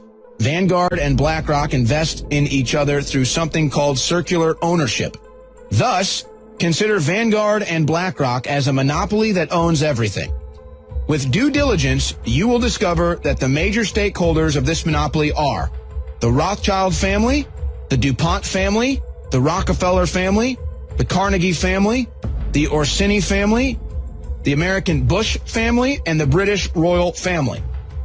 They use the following foundations to ferment chaos around the world. There's also the massive issue of BlackRock's power itself, with numerous people all over the world claiming that BlackRock is secretly pulling the strings, acting as puppet master to government businesses and people, and that we simply can't trust what they say. So BlackRock executives are meeting with Vladimir Zelensky, the president of Ukraine. They've been there. They spent a nice weekend in Kiev. They wanted them to know now who owns Ukraine from top to bottom. It's BlackRock. So BlackRock is the largest asset manager in the world. It has massive ownership in, by the way, 7 top Russian companies, as well as major infrastructure across Russia. So it owns a lot of Russia as well. And it reminds me, I mean, this is they profit off of war either way, right? This is how it works. Chcesz zobaczyć więcej filmów takich jak ten? Koniecznie daj znać w komentarzach i subskrybuj ten kanał. Ze względu na cenzurę większość filmów znajdziesz tylko na platformie Rumble, gdzie też serdecznie zapraszam. Link znajdziesz w wpisie pod tym filmem. Przygotowanie tych wszystkich informacji zajmuje mi sporo czasu, więc jeśli uważasz to, że przekazuję i udostępniam za wartościowe, rozważ także wsparcie mnie w sposób finansowy. Others have noted that BlackRock is a top beneficial owner of shares in major arms manufacturers who are reaping immense profits from the war in Ukraine, with tens of billions invested in Lockheed Martin, Boeing, General Dynamics, Northrop Grumman and Raytheon. Okay, so what we're going to be doing is we're going to be spending a lot of American taxpayer dollars on buying arms to defend Ukraine from Russia, which will obviously escalate this conflict, meaning Ukraine will suffer critical damages and will need reconstruction. Oh my God, that's going to be expensive. Yes, that's part of the beauty of the plan, because we sell the weapons that mean that they get more bombed, and then when they need to rebuild Ukraine, guess who rebuilds it? Someone else? No, not someone else. Us! With BlackRock. And now they own 30% of Ukraine, which is a low number relatively speaking, but so they really want to own the whole enchilada, is what they're going for. Which is interesting because it used to be during war that it was weapons makers that profited off of both sides. We don't see that anymore because Russia and China make their own. And so it's not just one, and who is the new kingmakers of war is money. Now, if you want to see why Tucker Carlson, our friend, was pulled off the air at Fox, look no further than this segment where he names names and calls out BlackRock. Just a few months ago, this is January, this segment aired, and then after, and it was revealed that Zelensky was already having meetings with BlackRock. Watch this amazing moment. Destroyed Ukraine, killed over 100,000 Ukrainians, but it's still going. Why is that? Because the Biden administration has kept it going. They could have forced a peace. They haven't. They don't want to. Why is that? Why kill all these Ukrainians? Why destroy an entire country? Well, because people are getting rich. BlackRock plans to get rich. So BlackRock is now saying out loud that the war in Ukraine, the death of all these Ukrainians, is actually a great opportunity to transform Ukraine into a beacon of capitalism. Right. That BlackRock's new role in Ukraine could draw accusations of corruption. When did you become so cynical, man? With some noting that the company's managing director, Eric Van Nostrand, was hired straight into a senior advisory position in the Biden administration's Treasury Department just this past August, explicitly to shape US economic policy on Russia and Ukraine. Oh, you think just because the company's managing director, Eric Van Nostrand, was hired straight into a senior advisory position in Biden's administration, and now BlackRock are actually going to be actively involved in the reconstruction of Ukraine, that there's some sort of corruption. Eric Van Nostrand is a party coordinator, but we've got to give you the best birthday party ever, and all BlackRock has ever wanted is for you to be happy. Let me tell you, it's not Drew who's the president. It's who's controlling the wallet. Stop. The hedge funds, BlackRock, the banks, these guys run it. Basically, we have the system in place. First, there's the senators, and these guys are cheap. You got 10 grand, you can buy a senator. I can give you 500K right now. No questions asked. Yeah. I didn't do it. It's done. Does like everybody do that? Does BlackRock do that? It doesn't matter who wins.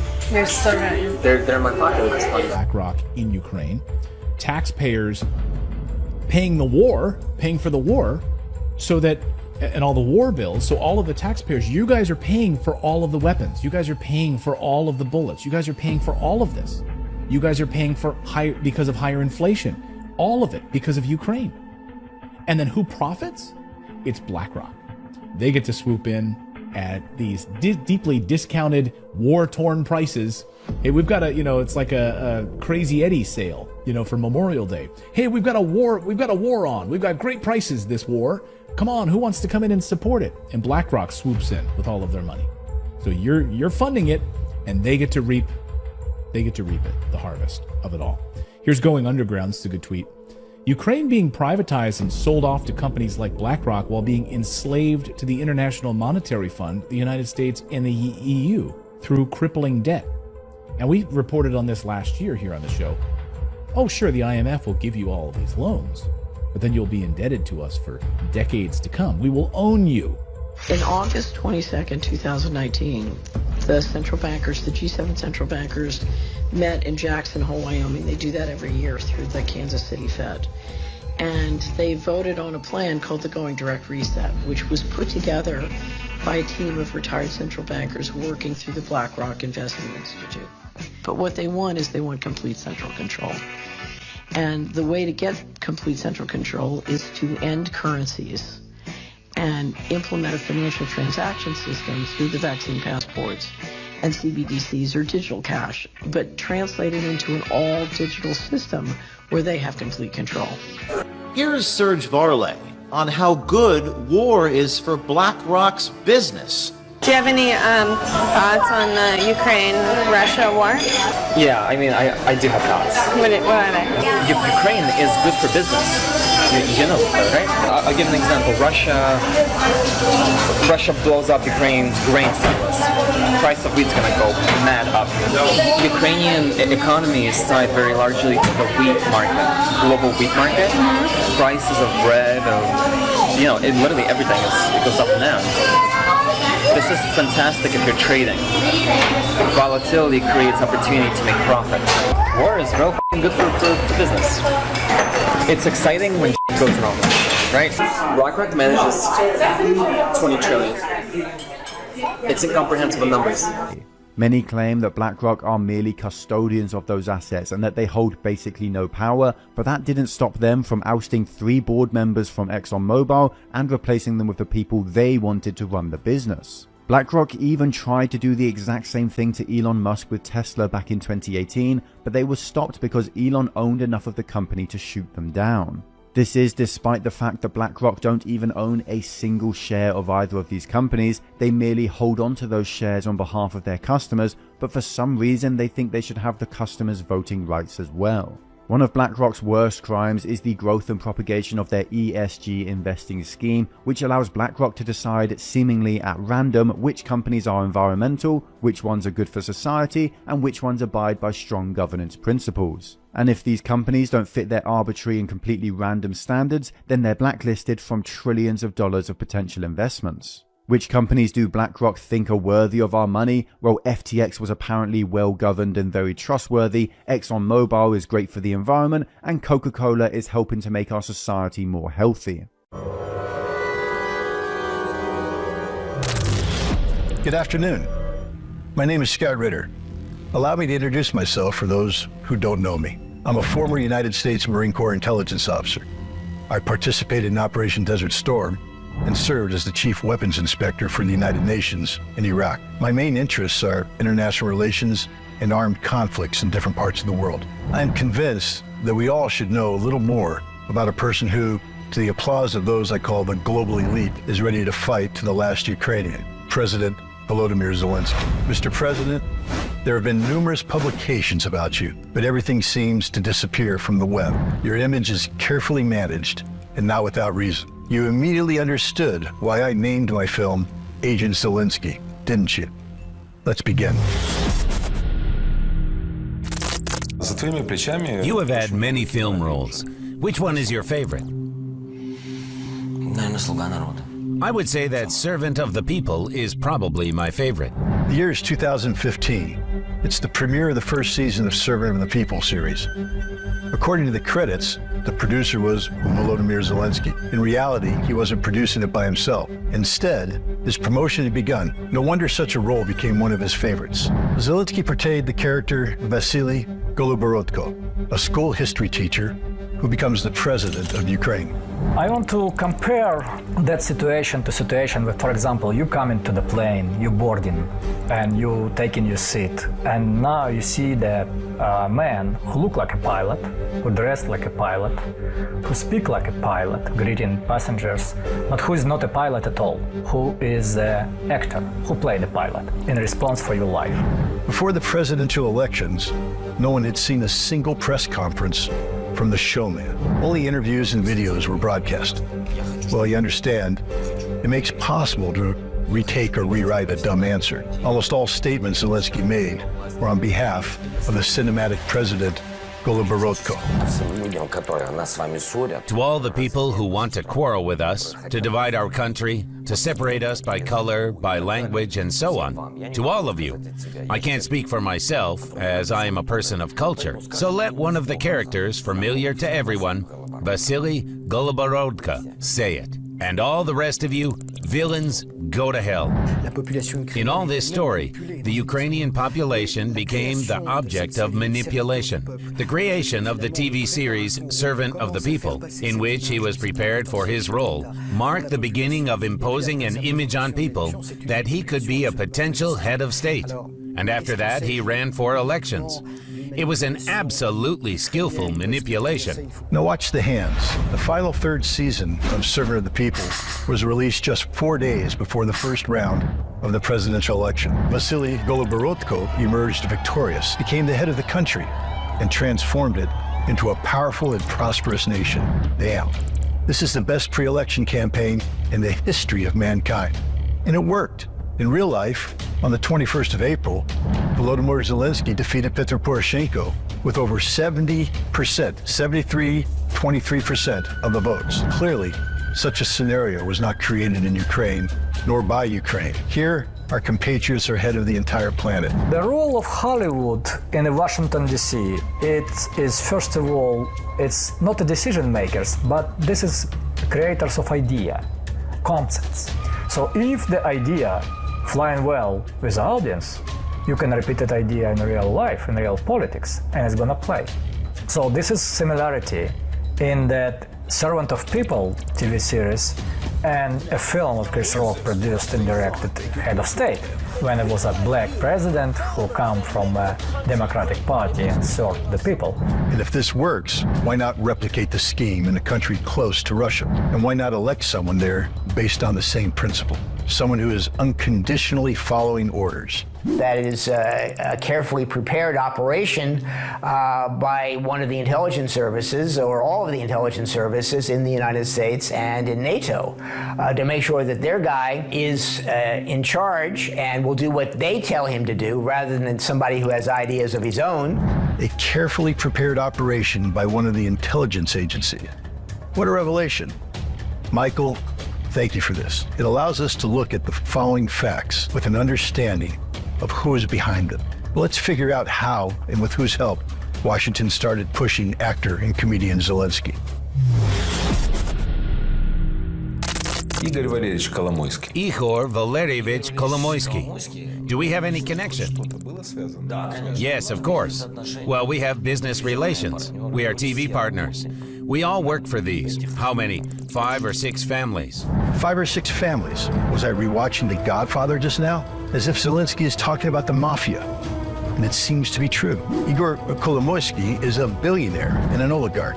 Currently, he is under investigation by a U.S. federal court for money laundering. Back then, he was a figure of importance, even across the ocean. In 2014, Kolomoisky becomes the uncrowned king of Ukraine. Not only the governor, not only the ruler of Ukernafta, and head of the bank that is much stronger than any state bank. He became the leading oligarch. 8 years ago, why was it decided to make Kolomoisky the key player in the operation to bring Zelensky to power? In 2015, Petro Poroshenko nationalized his main assets, such as the Ukernafta company and later private bank. There is undoubtedly a personal vendetta at play. During the presidential elections, Kolomoisky was happy to criticize Poroshenko on his 1+1 channel, and at the same time to support Zelensky. Is it possible to say that it was Kolomoisky who brought Zelensky to power? Definitely not. Mr. Volodymyr has other puppeteers behind the scenes. Are you dependent on Ihor Valerievich? And could it mean that after your victory in the presidential elections, Kolomoisky will rule Ukraine? I am a completely independent person. No offense, but a man who could control me hasn't yet been born. If Zelensky was really on that rope of Kolomoisky, I predict the private bank will be run by Kolomoisky again, but it's not happened. So that means he has no obligation to do more. He just not putting him in a jail, and it's enough for Kolomoisky to be very thankful for him. After that, he will start playing the card as his masters of puppet want. By the time Zelensky came to power, these puppeteers had already provided him with a financial cushion. It's doubtful that anyone remembered his earnings from the movies. Regarding Zelensky and his inner circle, it is also important to take into account all the manipulations and financial frauds that characterize this team. Firstly, Zelensky concealed some parts of his stakes in companies before the presidential elections. And then, in particular, his mentor Kolomoisky used them for money laundering. Empty words? By no means. As I mentioned, we will operate with facts.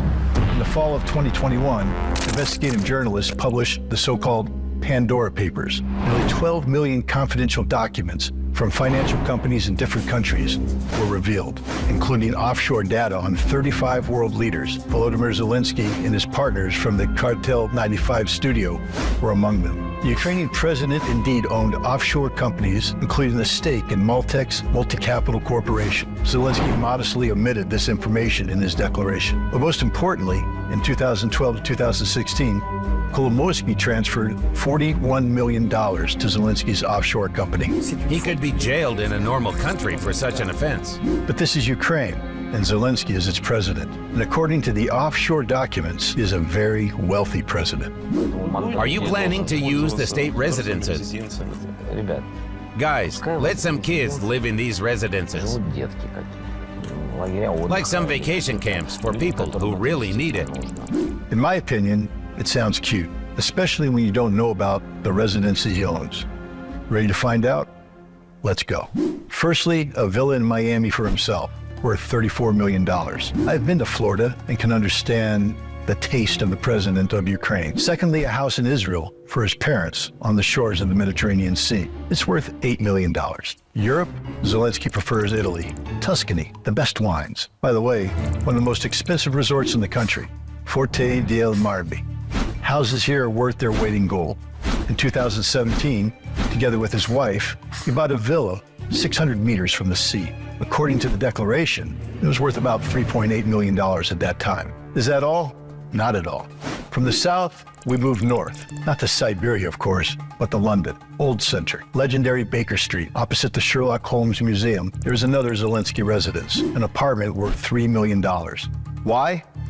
Probably to stay while visiting his owners with a report. More on that later. Apparently, the real estate was purchased through the company of his business partner, Sergei Sheffer. That's why he's called Zelensky's personal wallet in Ukraine. I almost forgot about real estate. Georgia, not the state, the country. A new multi-story apart hotel in the city of Batumi. You might ask, Batumi? What is that? Well, take a look. It's also a seaside resort.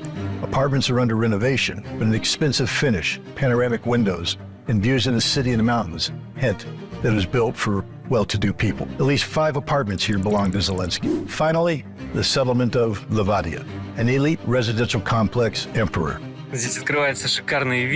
Look, a magnificent view of Zelensky's house opens up.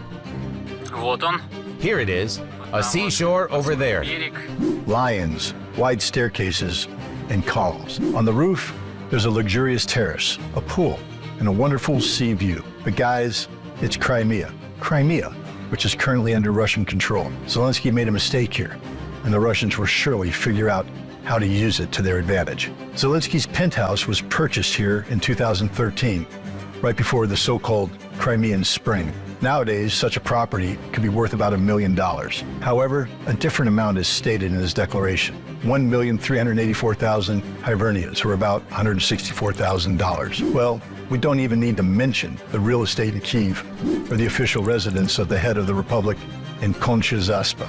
Even without those, it's quite a collection of villas, houses, and apartments. However, the Ukrainian president is in no rush to give them to children, at least not to other people's children. Unfortunately, we have to admit the obvious. Volodymyr Zelensky has always been stingy and greedy.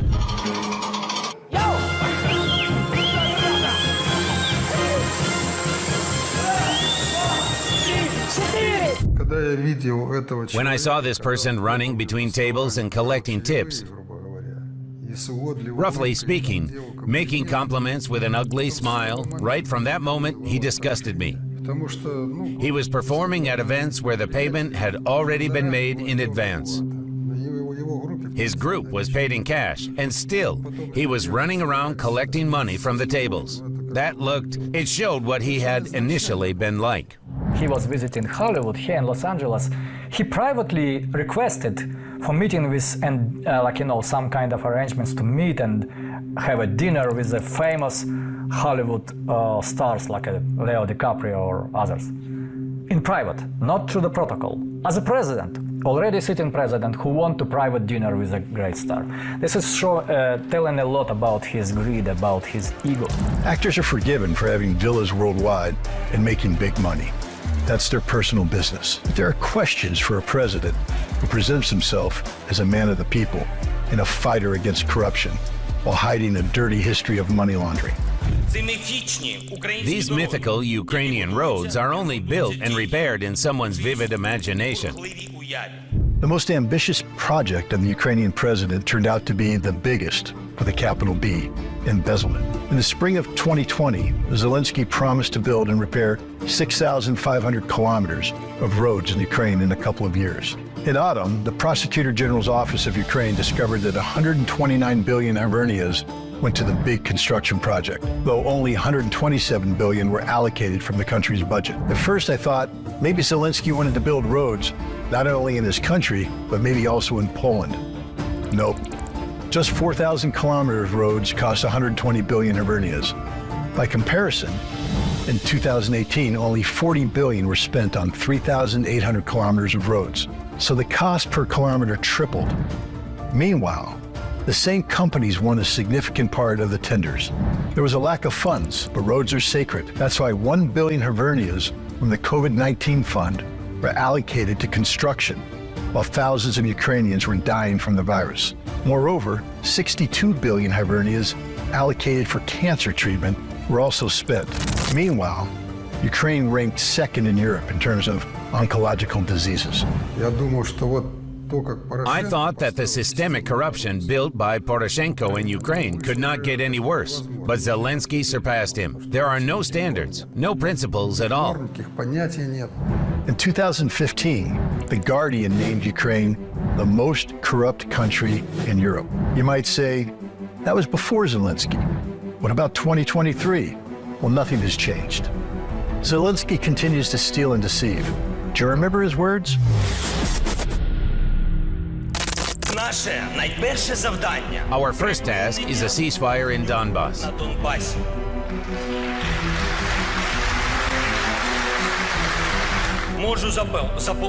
I assure you, I'll do whatever it takes for our heroes to no longer die. I haven't heard a word about the civilians of Donbass, and I'm sure neither of you. Zelensky was speaking about the militants of the so-called anti-terrorist operation. At that time, eastern Ukraine had been under shelling for 5 years, and that's why the words about peace were so eagerly awaited. I would like to remind you that in 2014, there was a coup d'etat called Maidan. Did it happen on its own, without anyone's help? I agree with you. There is no doubt. The opposition seized power with the support of various radical right-wing movements.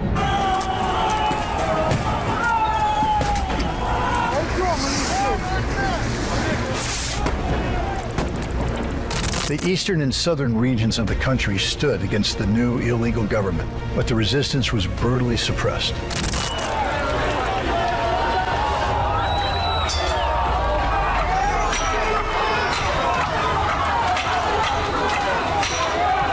On May 2nd, 2014, Ukrainian nationalists burned 48 people alive in the trade union's house in Odessa. At that time, Zelensky, a popular actor in Ukraine and Russia, had zero reaction. But the Odessa events became a point of no return for the country. Residents of Donbass decided to separate from Ukraine. In response, Kyiv declared its citizens as terrorists and launched an army against them. Over time, the civil war escalated into an armed conflict with Russia. However, all of this was preceded by extensive preparation and support from the United States and Western countries. The United States has invested some $5 billion in Ukraine since 1991, when it became an independent state again after the collapse of the Soviet Union. And that money has been spent on supporting the aspirations of the Ukrainian people to have a strong democratic government that represents their interests. As a result, destroyed cities, chaos, and the loss of life on both sides of the conflict.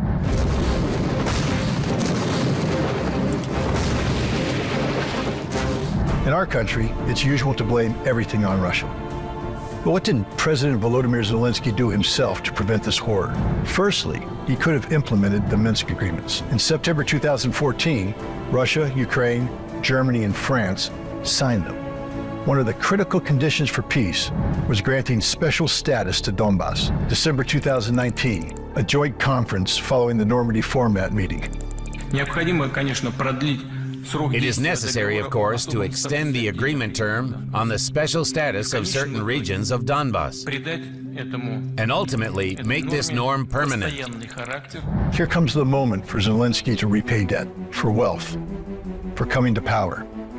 Just look at it. He doesn't even hide his smirk during the speech of Russian President Vladimir Putin. Apparently, he already knew that the Minsk agreements were just a screen covering the preparations for a full-scale war between Ukraine and Russia. As for Russia and Donbass, they were deceived from the very beginning. Furthermore, both Zelensky and Petro Poroshenko were eager to join not only the European Union, but also NATO. And NATO Secretary General Jens Stoltenberg has been promising to accept Ukraine for many years. Of course, this irritates and angers Russia. Who wants to have a constant military threat at their doorstep? As an American, I wouldn't be happy either. For example, with Chinese military bases on the Mexican border. But Russia is different. Let's turn Ukraine against it, arm it to the teeth, and sit it into battle. U.S. foreign policy expert James Jatras accurately assesses what is happening. Our policy, however, is to weaken and destroy Russia. Now, for that purpose, yes, we are interested in Ukraine. Ukraine is a club we can beat the Russians with. It has nothing to do with Ukraine, nothing to do with Ukrainians who are simply expendable people as far as these governments are concerned. But it seems like the authorities of Ukraine don't really care. Besides, President Zelensky and his team are adding fuel to the fire. I am initiating consultations in the framework of the Budapest Memorandum. If they aren't held again, or their results don't guarantee security for our country, Ukraine will have every right to believe that the Budapest Memorandum is not working, and all the package decisions of 1994 are being questioned. The Budapest Memorandum is an agreement under which Ukraine gave up nuclear weapons in exchange for security guarantees. In 1994, it was signed by Russia, the United States, Ukraine, and the United Kingdom. Ukraine had to agree because it didn't have the money to maintain a nuclear arsenal. And recent history has shown that the world is very lucky it turned out that way. Even if we couldn't maintain them, we could reduce the nuclear capabilities instead, and we could use it to blackmail the entire world, and they would give us money for the maintenance. Imagine that, a nuclear power that blackmails the whole world, demanding money. Would you like to have such a neighbor? I'm sure you wouldn't. No one would. The president of Ukraine practically declares his desire to regain nuclear weapons, and Russia initiates a special military operation. To bring it to this point, Ukraine had to be made an enemy of Russia, or anti-Russian. The idea was to create a Nazi Ukraine, because only a Nazi Ukraine could fight against Russia. Only the Nazis. Any other type would never fight against Russia. So they needed to build a Nazi Ukraine. After the collapse of the Soviet Union, Ukraine started saturating itself with nationalism. Yushchenko became the first Ukrainian president made by the West. Actually, not just a president. Even his personal life was America's achievement. I have to give credit to our system. We know what an excellent work is. Take a look in the 90s. A high-ranking employee of the U.S. State Department, Catherine Chumachenko, a native of Chicago and the daughter of Ukrainian immigrants, came to Kyiv for work. As a child, like many other children in the diaspora, she went through the scout camp Plus. I'll tell you more about that later. Then she became a member of the neo-Nazi organization, National Alliance. Initially, Yekaterina Chumachenko sought a husband among the executives who could really lead Ukraine. So Chumachenko asked Yushchenko's assistant, Rybachuk, to put her near Yushchenko on a plane heading from Kiev to Washington. 9 hours after the flight, he was absolutely in love, left his 2 children and wife, and went to Chumachenko as a banker. At that moment, the flywheel started spinning with new force. Zelensky, under careful dictation, completes the bloody plan. Yushchenko was the first to make nationalism and Russophobia the ideology of Ukraine at the state level. In 2006, he rehabilitated the nationalist Ukrainian organization OUN-UPA, which executed Poles and Jews during the Second World War. In 2010, he bestowed the titles of Heroes of Ukraine upon fascist collaborators, Stepan Bandera and Roman Shukovich. He even threatened to expel the Russian Black Sea Fleet from Crimea. Essentially, Yushchenko severed ties with Russia, giving our country a blank check. Perhaps you'll ask me again if my imagination is playing tricks on me. At the time, one of the offices in the SBU building was allocated to CIA personnel. There were even anecdotal cases when the U.S. ambassador, together with his entourage, handed out diplomas to the graduates of the SBU Academy. And there were the representatives of American intelligence agencies. In 2010, Yushchenko lost the election to Viktor Yanukovych. The new president stripped Bandera and Shukovich of their hero titles and sought to restore relations with Russia. But turning Ukraine into an anti-Russian state was only a matter of time. Let's dig a little deeper. A joint institute of the U.S. and German Ministries of Defense. Previously, they trained intelligence agents there. Since 1993, they've trained political elites and specialists from different countries to promote democracy. And that's the official version. They were focused on searching for suitable agents. It means how to attract people to an active position, to confrontation. Of course, all security officials and military personnel were recruited through the Marshall Center.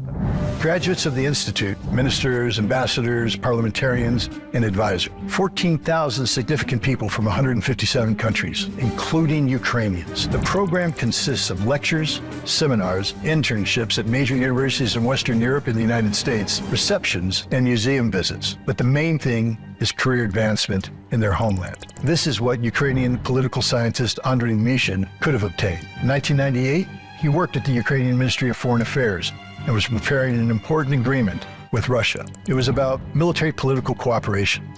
The West advised us in every possible way to remove this topic. Again, they insisted on the removal of dual citizenship between Russia and Ukraine. And Deputy Minister San Sanich-Chali said that the political advisor to the United States Embassy in Ukraine wanted to meet with me. Andriy Mishin only held the position of the second secretary. The political advisor was several ranks above him. This was unusual. But the conversation turned out even more bizarre. It all started with a strange question. Andriy, do you understand that Russia will soon disintegrate? How? He says, well, you see, how they recruit, how they provoke you. There was Chechnya, and there will be another Chechnya. Maybe Siberian Republic and Tatarstan. You know, it's like a funnel, the same as how the Soviet Union collapsed. Everyone can be drawn into this funnel. That's why Ukraine should join NATO. We are very interested in the young generation of politicians and security officials who could work with us. Later, Misha was taken to Moldova, Switzerland, Italy, Georgia, and the United States on behalf of the Marshall Center. They gave lectures on international conflicts and military patriotic education for youth and provided them with analytical literature. In return, they required short reports, for example, on the socio-political situation in Ukraine and the preparation of lectures for American military personnel, special agents, and diplomats. All topics were related to Russia and the former Soviet republics. After the Maidan in 2014, the Marshall Center became a mecca for the highest-ranking Ukrainian officials and military personnel. Here's one of the letters from the Marshall Center addressed to the chairman of the Security Service of Ukraine, Valentin Nalyvaichenko. It's an invitation to a seminar on the strategic development of Ukraine. Students are Ukrainian ministers and generals, instructors, representatives of intelligence agencies from the United States and the United Kingdom. I think 100% of high-ranking Ukrainian officials, one way or another, have received training at this center. Essentially, they were training people with one task, to counteract the Russian Federation, now or in the future, solely for that purpose. One of the seasons of the TV series Servant of the People is dedicated to presidential elections. Candidate Goloborodko hires a professional PR specialist, but later fires him, and along with a team of friends, develops and runs his election campaign. Did presidential candidate Zelensky do the same? Of course not. During the elections, his campaign headquarters secretly worked with the Washington lobbying agency Signal Group Consulting. The task was to arrange meetings between Zelensky, the Trump administration, and members of Congress. Zelensky's headquarters denied this connection, but here you can see the documents. The service agreement and Signal Group's report to the U.S. Department of Justice stated that Zelensky paid them nearly $70,000. Quite affordable for a presidency, isn't it? Perhaps the actors spared money, or maybe they gave him a good discount on their PR services. However, Zelensky was eager to please the U.S. and UK authorities. Therefore, after the elections, the number of foreign PR agencies increased. Please meet Andrew Mack. Since November 2019, he has been an external advisor to Zelensky. He's an American citizen and a descendant of Ukrainian immigrants. The director of the lobbying firm SKD Knickerbocker, Stephen Kruppen, former speechwriter for President Barack Obama, now works for Zelensky. Shai Franklin founded the lobbying firm Your Global Strategy. It builds bridges between Ukrainian government and American mayors. It seems that one of these guys had a hand in quite a terrible idea. We are talking about a glamorous photo shoot amid hostilities.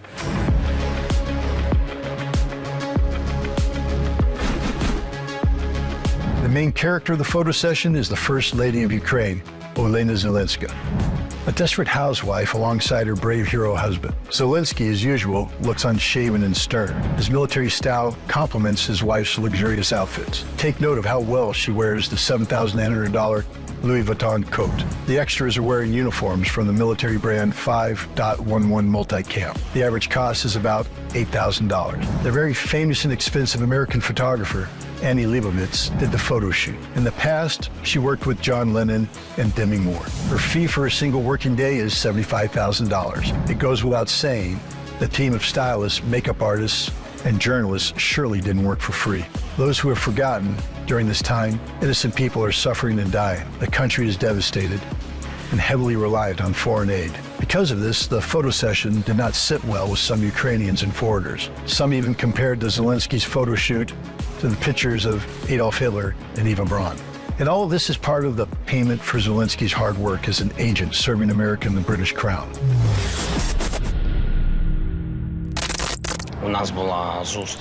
We had a meeting at the MI6 office. Unfortunately, I can't disclose all the information. It's a matter of state affairs. Autumn 2020. Ukrainian media accidentally, or maybe not, learned about Zelensky's secret meeting with Richard Moore, the head of MI6. Not just anywhere, but at the headquarters of British intelligence service. According to the president, the meeting was about protecting Ukraine's sovereignty. Yes, the meeting of Volodymyr Zelensky is something new because if we look at World War II, the Cold War, we have never had real meetings between the leader of a country in a state of war and a group of intelligence representatives. As a Secret Service agent, I'd like to tell you that there are special norms of decency and protocol. When a president of a sovereign country is on a foreign territory, he should meet with his counterpart. The only exception is if the head of intelligence himself comes to Ukraine to meet with Zelensky. Coming down to the lowest level, to the head of the intelligence agency, is not a simple admission of guilt. At that time, the person becomes an actual professional agent. It is clear. One handler always works with one agent. In the case of Zelensky, the head of MI6, Richard Moore, became his direct handler. Trust my experience. You can't just make someone work as an agent without a hook or substantial grounds. And if we carefully trace the events leading up to this remarkable meeting, we will find them. In the summer of 2020, British intelligence almost captured the internationally renowned Wagner PMC members. These Wagnerians took Bakhmut, for example, Palmyra in Syria. They significantly interfered in spreading British policy in Africa. It happened that the mercenaries slipped right under the nose of MI6. Whether it's true or not, they say the operation failed due to the office of the President of Ukraine. Somebody called and warned them. Now, no one will figure out if it was a mistake, a calculation, or foolishness. That's why Richard Moore didn't bother investigating. They summoned Zelensky to show him his place and at the same time to discuss the extent of his independence and freedom in Ukraine. They expect proposals about independent media from us. They are ready to finance them together with Ukraine to provide Ukraine with information that corresponds to the main issue. Protection of freedom and human rights, and above all, shield the information that defends our country. Everyone understands. The MI6 office gave the President of Ukraine a precise directive. The thing is, after the Maidan in 2014, there are quite a lot of Ukrainian opposition media. Obviously, they were preventing the creation of an image of Russia as an enemy to Western countries. It was decided to end the dissenters with Zelensky's hands. And to prevent the president from getting bored and to help him practice English, he was surrounded by British security. This was in the spring of 2022, in the midst of war in Bucha. Look at these scenes. Do you see a patch on the sleeve of one of the guys near Zelensky?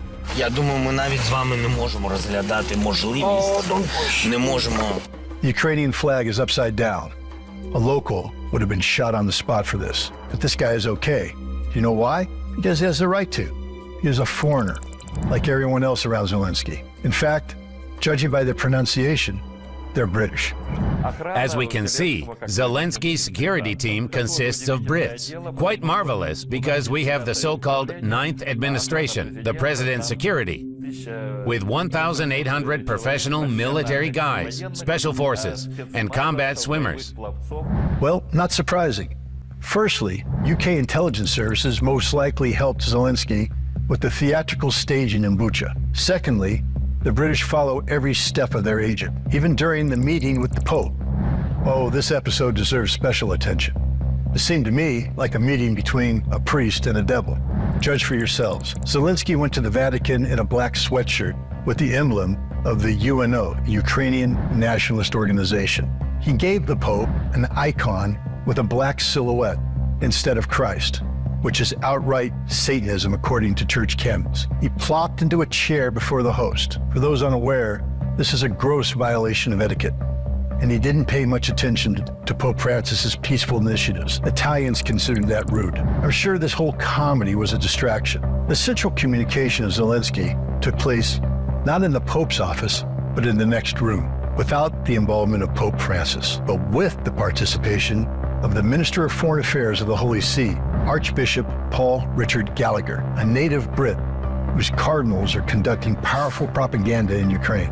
The Ukrainian president spoke with Gallagher for almost an hour and a half.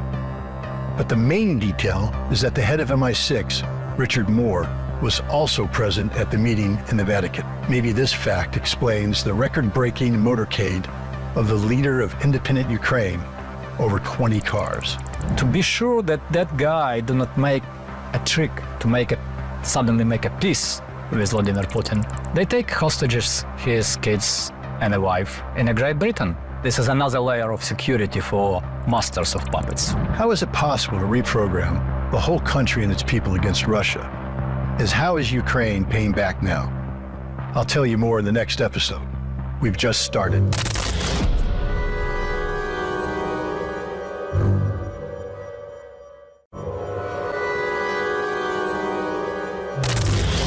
My name is Scott Ritter.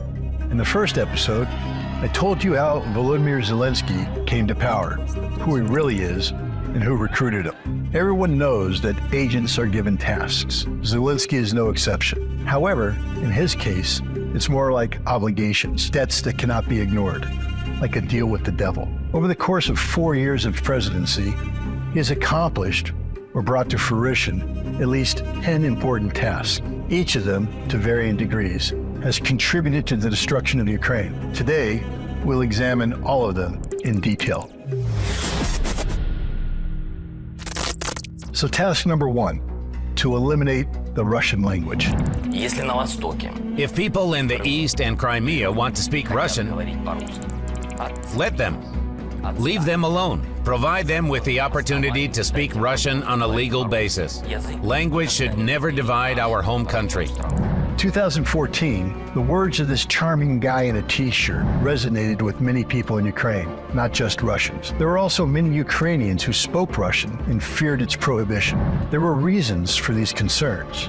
Immediately after the Maidan protests, the Verkhovna Rada decided to repeal the law on the principles of the state language policy. This law had been in effect since 2012 and granted regional status to the Russian language in areas where it was the native language for at least 10% of the population. The repeal of this law became one of the reasons for the secession of Crimea and the civil war in the Donbas region.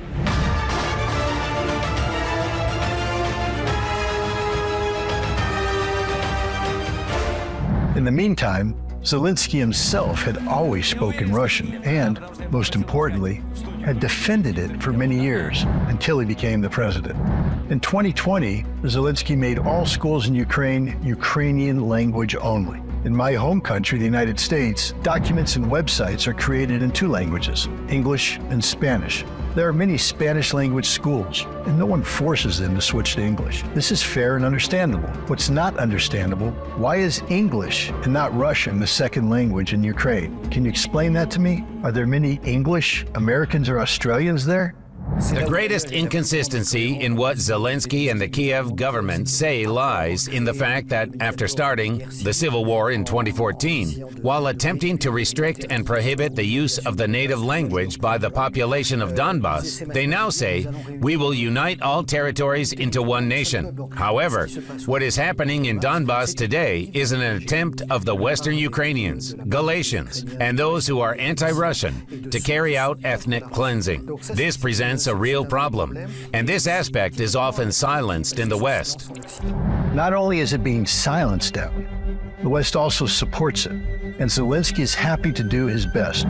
Since January 2021, the entire service sector in the country has been switched to Ukrainian. You know, Zelensky once named Ukraine the center and heart of Europe. It seems to me that he got it wrong with the organs. It is heartless to violate the rights of 12.5 million of his own citizens. In the summer of 2021, the constitutional court of the country upheld the law on the Ukrainian language. Violations of this law are subject to fines. How could one hate his own people so much as to punish them for their native language? But take a look at this video. President Zelensky is pretending hard and diligently that he has forgotten Russian.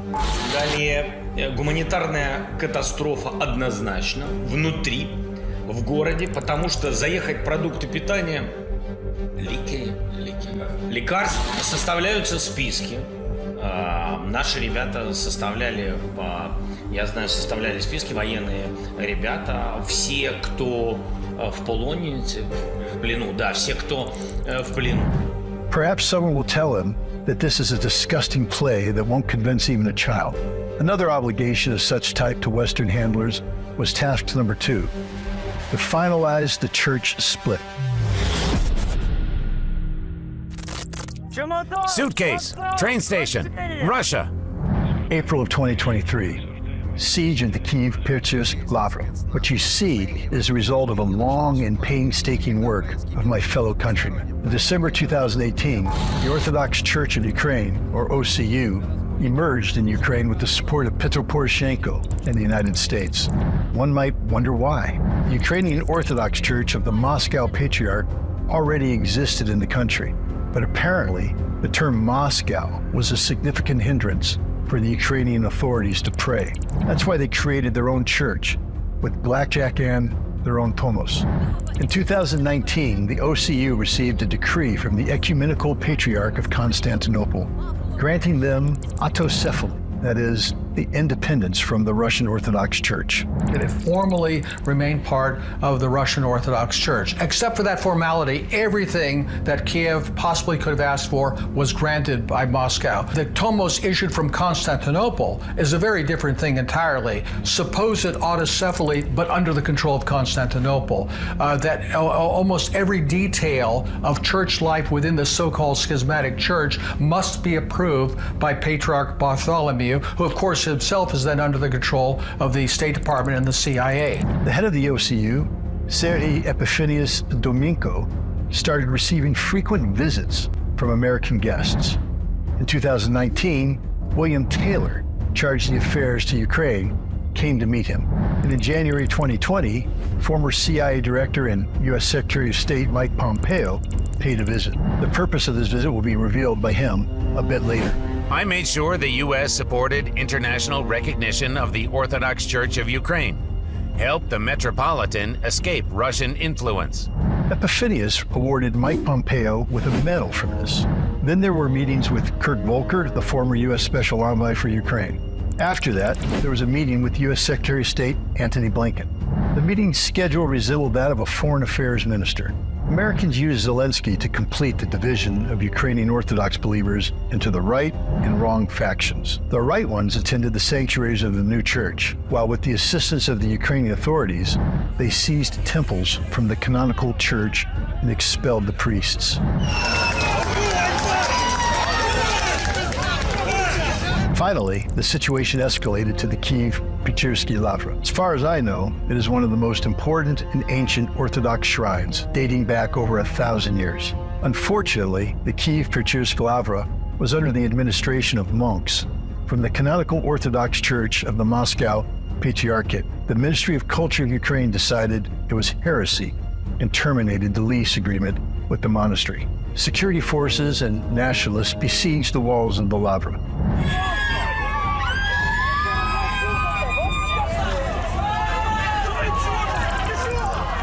Now, the canonical Ukrainian Orthodox Church is under the threat of prohibition, and Volodymyr Zelensky continues to train his persuasive skills in his speeches. Today, another step has been taken to strengthen the spiritual independence of our state and protect our society from old and cynical Moscow manipulations with religion. Ukraine is a territory of the greatest religious freedom in our part of Europe. It's been very successful in creating, I would say, kind of a fake Ukrainian, artificial Ukrainian identity that is hostile to Russia, that defines itself in opposition to a Russian identity. It grew somewhat during the Soviet time, but really has taken advantage of the last period since 1991, since Ukraine became an independent state.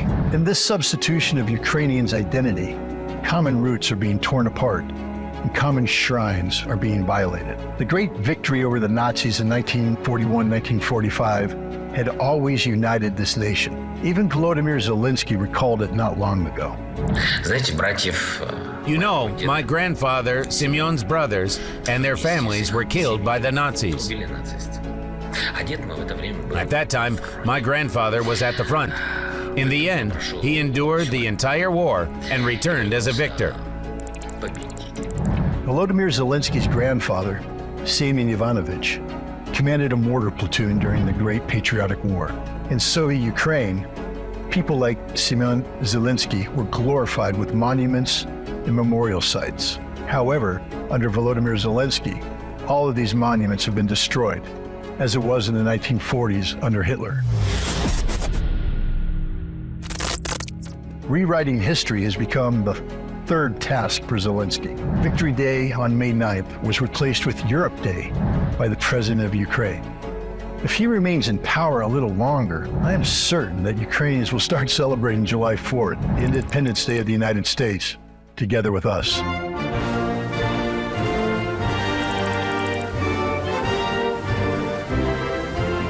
I've witnessed how everything Russian is being canceled in the West with the start of the special operation. Flags, poets, artists, musicians, they've all been banned. I am convinced that this was a planned campaign. The same thing happened in Ukraine, and it became another tool of division. I want to remove Lenin and instead put someone who will be admired by everyone in the country. It's called literary characters, definitely not politicians. What's stopping you? Bulgakov? Ukrainian? Ukrainian. If you want to rub it into your neighbor, put up Gogol. Gogol, Bulgakov.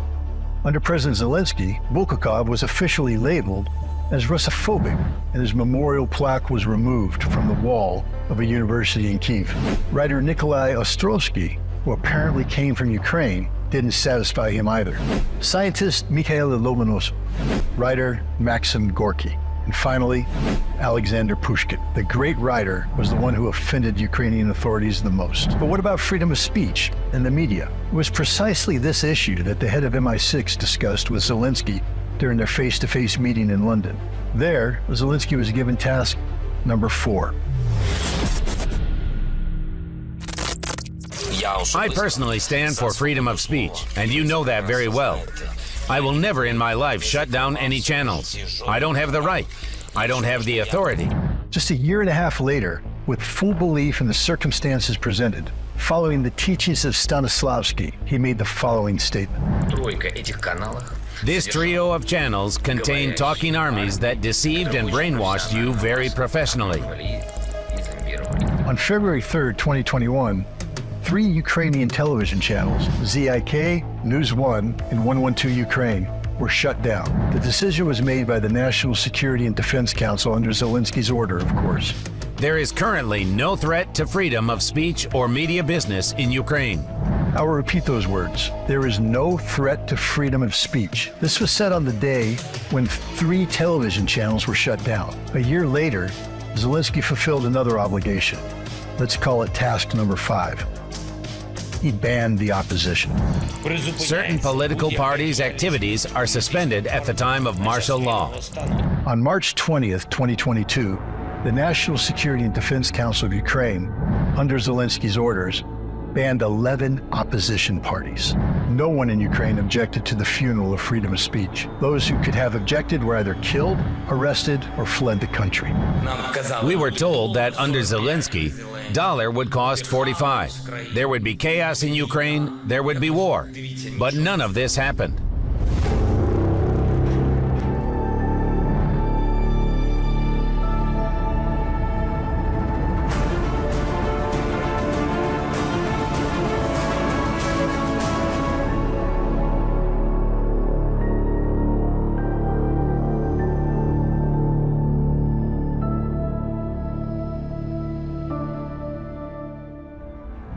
Zelensky is not much of a prophet. Although in 2019, there was no order on the organization of training for a battalion tactical group of the 4th Operational Brigade to carry out combat special tasks in the Joint Forces operation as part of the armed forces of the Ukrainian Brigade. This is a secret document confirming Ukraine's preparation for an attack on Donbass in March 2022. Evidence can be found in other documents as well, including the new military strategy approved by Zelensky after the meeting at MI6, which we discussed in the first episode. We see words from Oxford Dictionary and a term existential threat, never used before. Also, for the first time ever, we see in this document the use of population as a human shield. The document stated that Ukraine should prepare for active offensive actions to liberate Donbass. It was clear that the war till the last Ukrainian was being planned.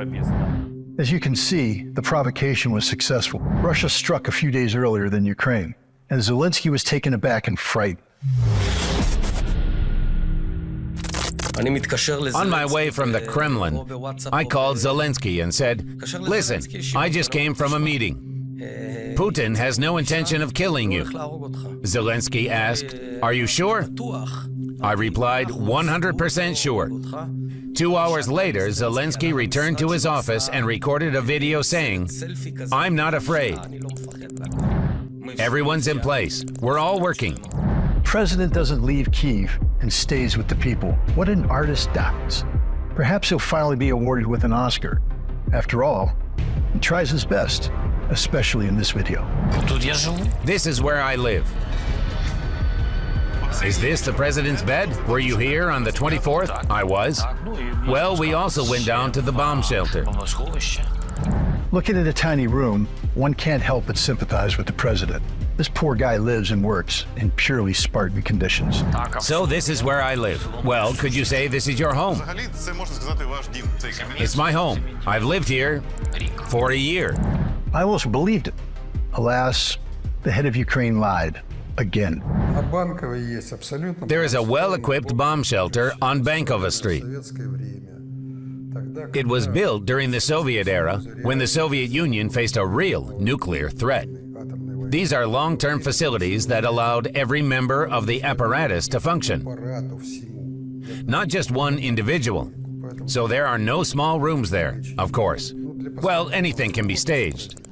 But who cares about the truth when everyone is watching the tragic comedy starring Zelensky? The first thing his PR team did after February 24, 2022 was a new image, the military style, as if the president had just returned from the front lines.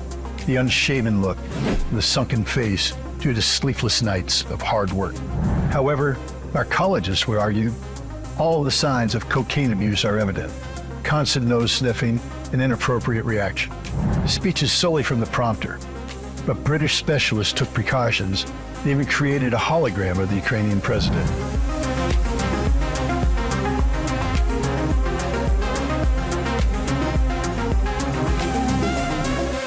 All of these technological possibilities can change public life. This addiction can be explained. It is quite common in the acting industry, from which Zelensky comes from. Unfortunately for the country, the Ukrainian president not only didn't quit, but apparently let himself go. It all began with weed. Medical marijuana, in my opinion, is normal. It is sold in small quantities, droplets. In 2020, Zelensky proposed legalizing cannabis in the country. At that time, his suggestion didn't go any further. However, everything changed when the war began. It's no secret that Ukrainian soldiers get stoned before going into battle, and weed is the least harmful substance they consume on the front lines, though they have someone to look up to in that regard.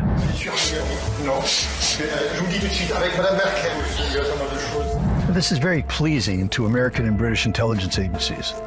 It would be a sin not to take advantage of a drug-addicted president for their own purposes. He is completely manageable. I suppose that Western handlers supply him with the purest drugs. It brings to mind the Opium Wars when England, in order to advance its interests, addicted almost the entire Chinese elite to drugs. I cannot speak for all of Zelensky's inner circle, but he himself alone was enough to accomplish what would never work with a sober person. For example, turning the country into an experimental playground and convincing others that it was great.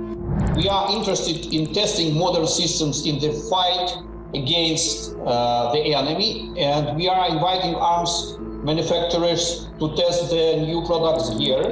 So I think for our partners in Poland, the United States, France, or Germany, it's a good chance to test their equipment.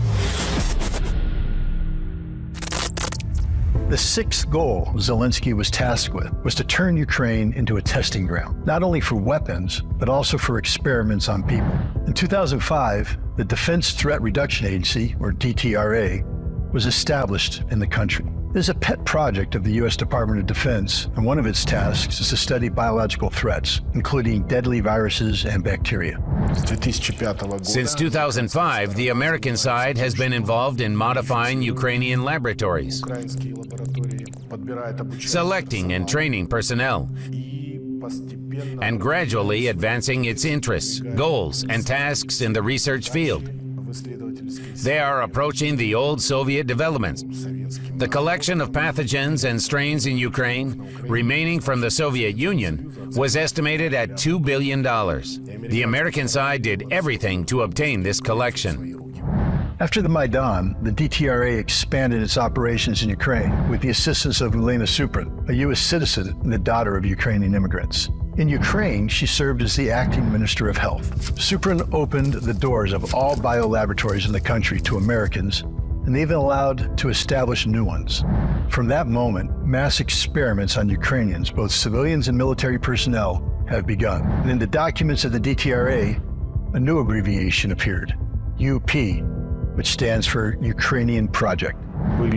There were genetic samples collected in large quantities from 4,000 servicemen of the Ukrainian army from different regions of the country, north, south, west, east, including Kiev, Odessa, Kharkiv, and Lviv, with 1,000 individuals in each city participating in this blood donation.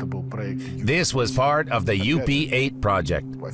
Officially, it was presented with benevolent intentions, namely to determine human body resistance to specific pathogens depending on the region of the country.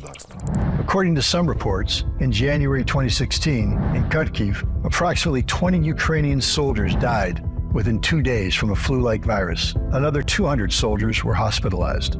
The intelligence of the Donetsk People's Republic has previously reported on research activities involving American military specialists.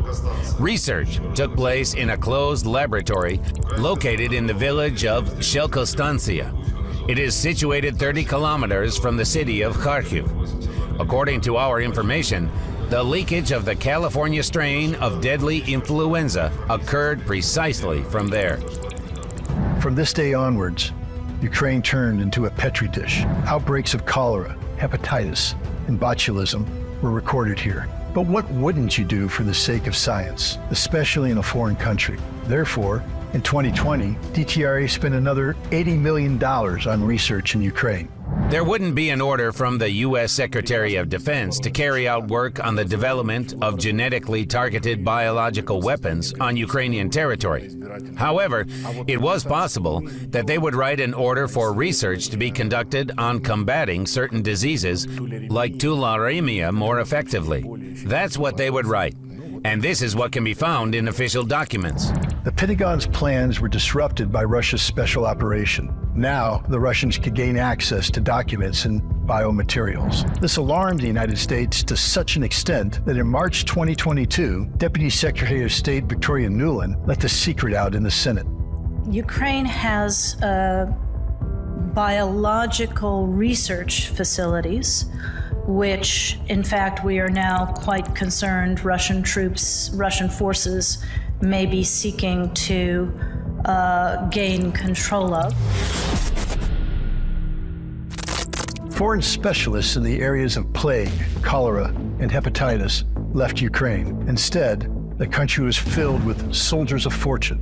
However, these guys have been welcome there since the days of the Maidan. This became President Zelensky's 7th commitment. In 2015, the orbital operation was launched. It was a British training program for the armed forces of Ukraine, conducted, of course, in accordance with NATO standards.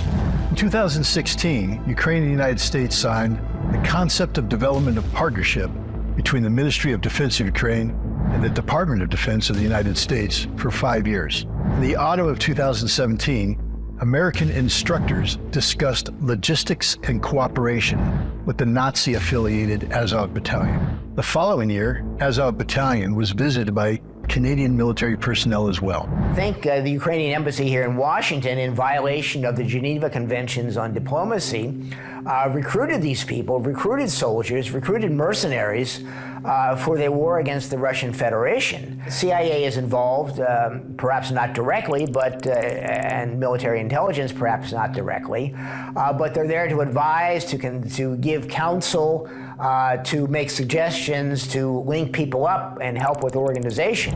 A year ago, NATO Secretary General Jens Stoltenberg stated that NATO had trained tens of thousands of Ukrainians. They have trained Ukrainian troops for years, so tens of thousands of Ukrainian troops are now at the forefront, being trained also for several years, being trained by NATO allies, and they're now at the front fighting against invading Russian forces. In February 2022, hundreds of foreign mercenaries joined them. Among them was the communist and anti-fascist John McIntyre, who served in the U.S. military, like myself. He arrived in Ukraine with the sole purpose of gathering evidence of crimes committed by the armed forces of Ukraine and sharing it with the world. Throughout this time, John risked his life, as he could be exposed at any moment. A year later, he managed to escape to Russia. I can't remember if it's Stavki or Svatki, I can never remember, but I actually seen a church that was blown up. It was so sad to see. I mean, it was the most beautiful church I'd ever seen. They say, oh, that's a Russian church. Yeah, so that's the wrong kind of church, because they speak the wrong kind of language, you know. John said that a mercenary in Ukraine earns around $1,350 per month. However, if a mercenary in Ukraine is involved in combat operations, he gets $3,500 a month. That kind of money, one can kill even unarmed people with impunity. There was 3 soldiers, Nazar Kuzmin, Rico Chavez, and Aurelio from France. Basically, they took, I believe, 2 or 3 Russian POWs, and they put them in like a trench in the position, and they shot them in the back of the head. And they taken, the reason I've seen this video and photographic evidence is because they take this and they post this to a pro-Russian Telegram channel. In fact, there's been a long-standing affinity between the United States and Ukrainian nationalists. It began immediately after World War II, when the Americans took the fleeing accomplices of Bandera under their wing. In 1948, the CIA launched a secret operation against the USSR. Later, it was given the codename Aerodynamic. Frank Wisner Sr., who was a CIA officer in charge. He worked with people who had been given him by the U.S. Army Counterintelligence Corps, Stepan Bandera and Mykola Lebed, who were essentially Nazi collaborators and murderers, war criminals, etc. He put together, with their assistance, recruiting and training Ukrainian dissidents to return to the Ukraine or to be taken out of the Ukraine, trained, and then sent back with weapons. And the intent was to divide the Ukraine from the then Soviet Union and make it into an independent country. The connection between Ukrainian nationalists and terrorists with the CIA could be exposed. This meant war with the Soviet Union. Therefore, the intelligence agencies slightly modified their subversive activities. They organized something called Prologue, which was a company in New York City that recruited dissidents and neo-Nazis and old Nazis from the Ukraine to make radio broadcasts, print newspapers, and pamphlets and things. In, I think, 1957, they had something like 1,200 hours of radio broadcasts and 100,000 or so newspapers and magazines that they printed and distributed both in the United States and Canada, and also into the Ukraine. At the same time, in Canada, a secret operation called Red Skid was launched. There is much less information available about it compared to the Aerodynamic. The only known fact is that it also involved Ukrainian nationalists. They worked with the American intelligence services and with the British to bring a lot of right-wing neo-Nazis or old-time Nazis, people who collaborated with Lebed and Bandera, into Canada and created a tremendous organization called the Ukrainian Conference of Canada. Today, Canada is the third country in terms of the number of Ukrainians. There are more Ukrainians than in my homeland. For comparison, the Ukrainian diaspora in the United States amounts to around 1 million people, while in Canada, it constitutes 1.3 million people. They represent a significant political force. And, of course, they lobby for the interests of Kyiv and the right-wing radicals in the country. What surprised me is that the descendants of some nationalists are shaping Canada's policies today. For example, Deputy Prime Minister and Minister of Finance, Chrystia Freeland.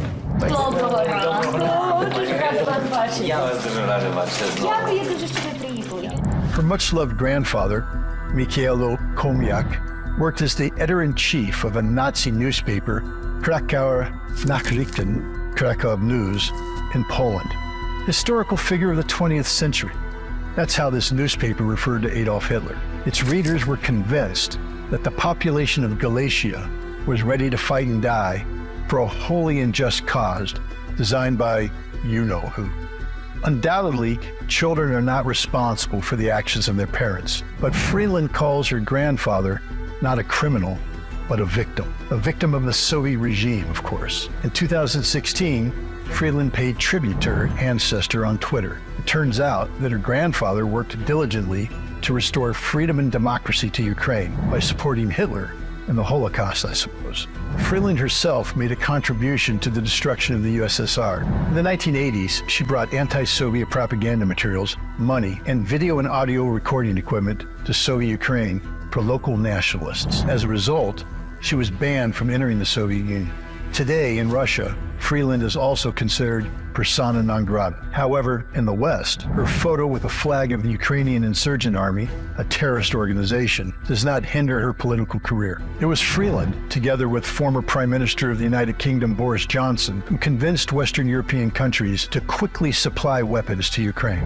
In 2022, Canada provided Ukraine with $2 billion in direct financial assistance, an additional $500 million through bonds, and over $2.5 billion for military and humanitarian aid. Moreover, in Canada, the United States, the United Kingdom, and other countries, PLOST, which is an analog of Hitlerjugend, the Hitler Youth, operates freely. A youth organization of Ukrainian nationalists that, during World War II, trained militia for the OUN and SS Volunteer Division Galicia. It was established as early as 1911. Stepan Bandera and Roman Shukovich emerged from PLOST. Among active members of this organization were also Canadian Minister Chrystia Freeland.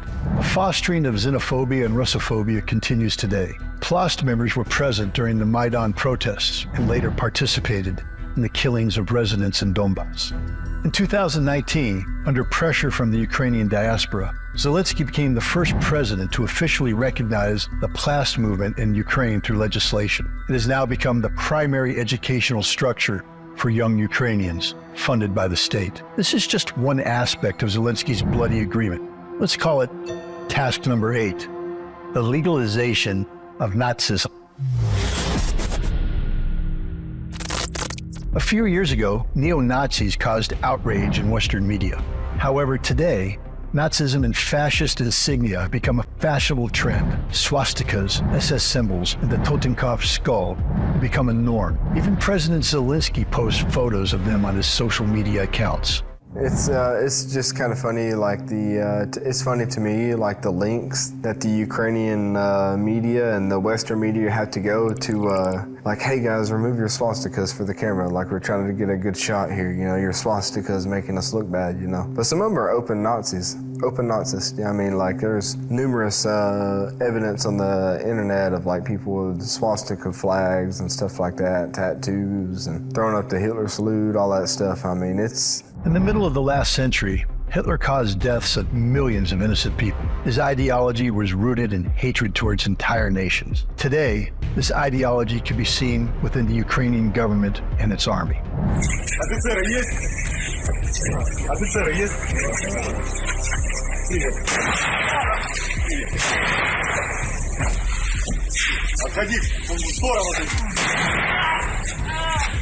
Basically, you know, you have this culture of like Stepan Bandera and like oh, Hitler was good and so on and so forth. I've asked them, like, okay, you know, you're fighting side by side by all these Polish guys, you know, like you genocide like, you know, 100,000 Polish and Jewish, you know, why are you Nazistic, you know? And they say, oh, well, this was war, this was way back. Like, no, this is genocide, like, you know. So they basically deny this genocide, even still to this day, you know. We often forget history too quickly in the West. I come from Brittany, and several mass killings during World War II, whether in Oradour-sur-Glane or in Brittany, were committed by Ukrainian forces serving in the Nazi German army. And yet, the West once again seems to believe that having neo-Nazis in Ukraine is acceptable, while we fight them in the West. There is a clear inconsistency, as if there were the good and the bad Nazis. So it turns out that the good Nazis are the ones who hate and kill Russians and fight against Russia. For these actions, the US and Western Europe seem to forgive all of their sins. It was necessary to build a Nazi Ukraine. It was being built during Poroshenko's presidency, of course. But bringing it to a state of a military conflict required, so to speak, shaping its population structure and preparing the population for war. And for that, a Jew was the best fit because it provided a colossal excuse. What Nazism, so to speak, could exist with a Jewish president? Where are you from? Where are you from? Tell me, where are you from? He fainted. As I have discovered, Zelensky himself is not against the Nazis and the atrocities committed by the Azov Battalion. Azov was one of those many battalions. They are what they are. They were defending our country. And later I want to explain to you. Everything from all the components of those volunteer battalions later were incorporated into the military of Ukraine. Most likely, you haven't heard about it. The TV channel cut out the journalist's question and Zelensky's response. A Jewish president should not respond in such a manner about those who rob and kill unarmed people. We remember the main thing is the picture. Western partners even overlooked the fact that the president of Ukraine and his associates robbed their own army and the supplied weapons. They want to offset the expenses through Ukrainian land. This is Agent Zelensky's 9th task. Fertile lands represented interest even for it. The Ukrainian Constitution even has a separate article dedicated to Black Earth, or Chernozem. Even during my time there, in the central office, I heard that the same Monsanto Corporation set its sights on the entire south of Ukraine, from Odessa to Mariupol. During the conflict, it seemed to me that over 30% of major Dutch corporations were present there. Land was actively sold to companies like Cargill and other global corporations that were operating in the region. For example, Cargill's revenue in 2022 amounted to $165 billion. The GDP of Ukraine as a whole in 2021, before the war, amounted to approximately $200 billion. Until 2021, there was a moratorium on the sale of land in Ukraine. It was extended 10 times during that period, and land was leased out. However, Zelensky urgently needed loans. The IMF offered money in exchange for lifting the moratorium. Ukrainians were afraid that foreigners would start buying up land. In November 2019, the president, perhaps still in the role of the righteous screen character Goluborodko, hurried to reassure the people. Foreigners and companies with foreign founders will be able to purchase Ukrainian land only if the consent of the Ukrainian people is granted through an all-Ukrainian referendum. Spoiler, there was no referendum. In July 2021, the moratorium on the sale of land was lifted.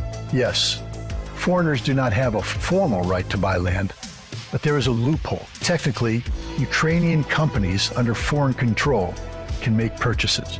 In our country, this is called a straw man. It exists everywhere in the world, where local residents can protect themselves to some extent. In such cases, a fictitious person, a straw man, is employed, and you act as you please. In February 2018, the Institute of Agricultural Economics assessed Ukrainian land. It turned out to be inexpensive. $2,500 per hectare was the maximum price, but that's the upper limit. The majority are willing to buy land for $1,000. And here's how much agricultural land costs in my home country. So we're in 2018, black soil. Now let's assess arable land in Western Europe. Same year, 2018. So Ukrainian land is inexpensive. It is nearly 13 times cheaper than the most expensive land, which is in Italy. That's why there is high demand for it among Europeans. It makes sense for them to invest in agriculture in Ukraine, since they have limited access to Chernobyl. But why should we be concerned about it? Land in America is fine. This soil is located in Europe, not in the U.S. If it is removed from the food cycle, Europe will have much less chance of being self-sufficient and acting independently. And that's why there is a plan to reduce Europe's food security in order to better control neighboring countries. The U.S. doesn't need the grain, but they need control. And control comes only when you control food security of other countries. And Ukraine was a very, very successful project from the perspective of the U.S. I would say that Ukraine remains a very successful project for the United States. These are not just agricultural corporations that are making money. In 2022, the investment firm BlackRock offered to help Ukraine rebuild its economy. Of course, this refers to the future prospects. The BlackRock company has the greatest global influence in society, as it controls almost all banks. It's impossible to even imagine the extent of their assets and the influence they have, both on German and Ukrainian politics. In May 2023, Zelensky signed an agreement with BlackRock. Last September, the cost of reconstruction and economic recovery of the country was estimated at nearly $350 billion. However, later Kyiv increased the expenses to $1 trillion. After Zelensky's agreement with BlackRock, people started writing on Twitter that Ukraine was becoming privatized and sold to funds. And you know, it seems to be true. BlackRock doesn't invest in recovery. Instead, it builds dependencies and spheres of influence through reconstruction. Politics, army, and economy form a three-headed dragon currently running the world.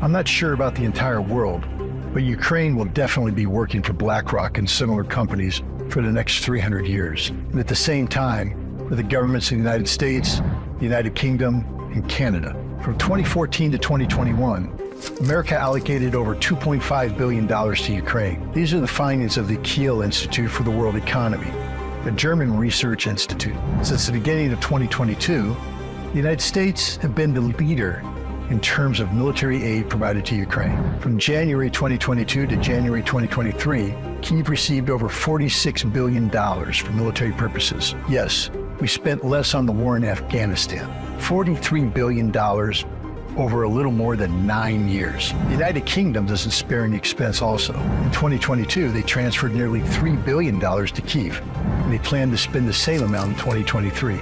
Over the course of the year, NATO countries have provided Ukraine with approximately $120 billion in assistance. I may turn out to be a bad prophet, but I am confident that as soon as peace is established in Ukraine, the flow of dollars and credits will stop. And instead, we will be grabbed by the throat on all fronts, demanding the repayment of these debts. Nobody will care that Ukraine is currently incapable of repaying its debts. It simply cannot. Its debts now exceed our gross domestic product significantly. In May 2022, Biden signed the Lend-Lease law. This means that Ukraine started receiving weapons and equipment on credit, just like the Soviet Union and the United Kingdom during World War II. Agreeing to this plunder became commitment number 10 for Zelensky in this deal with the devil. The president of Ukraine called it a historic step. I would call it a leap into the abyss. Do you know when Russia repaid its debt to the U.S. for Lend-Lease? In 2006. It took them over 60 years to repay the debt. Ukraine already owes the European Union $132 billion, which is 90% of its GDP. Even freezing payments will not allow the economy to settle its debts on time.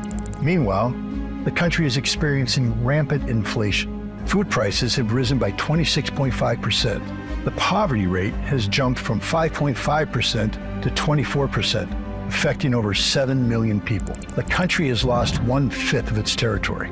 And, most importantly, hundreds of thousands of lives have been lost. Iran is a peace candidate. He turned around and betrayed that. And what's always astounded to me is that how he manages to keep so many regular Ukrainian boys going into this war to get themselves killed in a war that they simply cannot win, and yet they keep going. Just in Bakhmut, by the way, the Ukrainians lost more men than the United States lost in the entire Vietnam War. So the rights of millions of citizens have been trampled upon. Ukrainian men are being sent to the front lines to be slaughtered like sacrificial lambs, snatched right off the streets. The Russian language and culture have been practically eradicated. The canonical church is on the verge of being outlawed. The country has been turned into a safari for foreign mercenaries and a testing ground for bloody experiments. Agent Volodymyr Zelensky has accomplished the tasks assigned by foreign intelligence agencies. The question is, will those in power still need someone who knows too much and wants too much?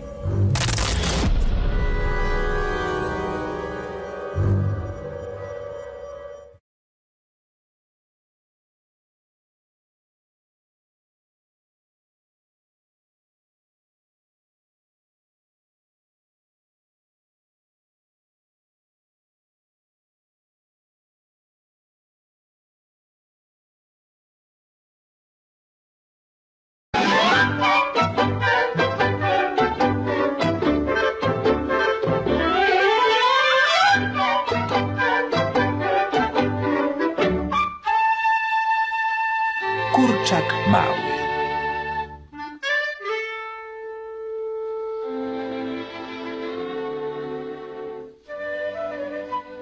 Nasza historia rozgrywa się na niewielkim, sympatycznym podwórzu. Występują w niej w kolejności pojawiania się Kogut Kapuś, główny inspektor nadzoru produkcji jaj. Dobrze dziś mieć takiego znajomego.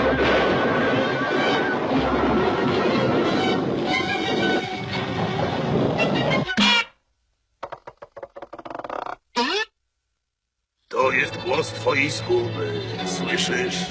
I komunikat specjalny. Niebo spada. Kawałek walnął cię w głowę. Zachowaj spokój. Nie panikuj. Uciekaj stąd!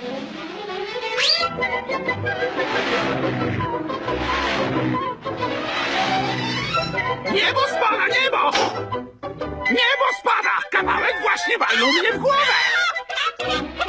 Niebo spada! Szybciej! Szybciej! Niebo spada! Ej, uciekamy! Niebo spada! Niebo spada! Niebo! Niebo! Jest tutaj! Widzicie? Walnęło mnie w głowę! Zabiło guza! Niebo spada! Proszę! Spokojnie, spokojnie. Co to za zamieszanie? Stało się coś strasznego! Spadł kawałek nieba i walnął mnie w głowę! No tutaj! Nie opowiadasz. Nonsens. To tylko kawałek drewna. To już chyba koniec twojej intrygi, lisie, spryciu lisie. Ej, słuchajcie, dość tego. Wracajcie do swoich zajęć.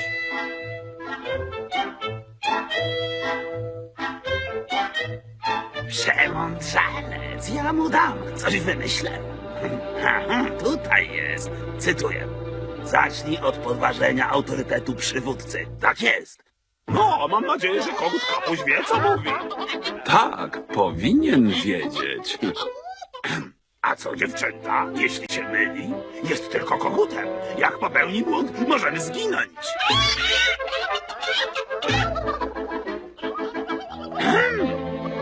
Właściwie moim zdaniem on przejawia skłonności do totalitaryzmu. Chce nam mówić, co mamy robić. Mamy prawo sami ocenić, czy niebo spada.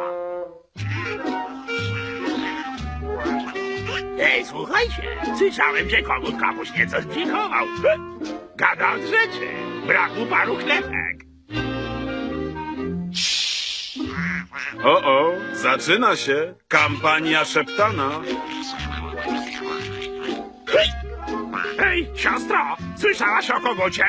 Nie ma już wszystkich klepek. Jakie to okropne. Och, to koszmar, moja droga. Jaki wilk, jaki?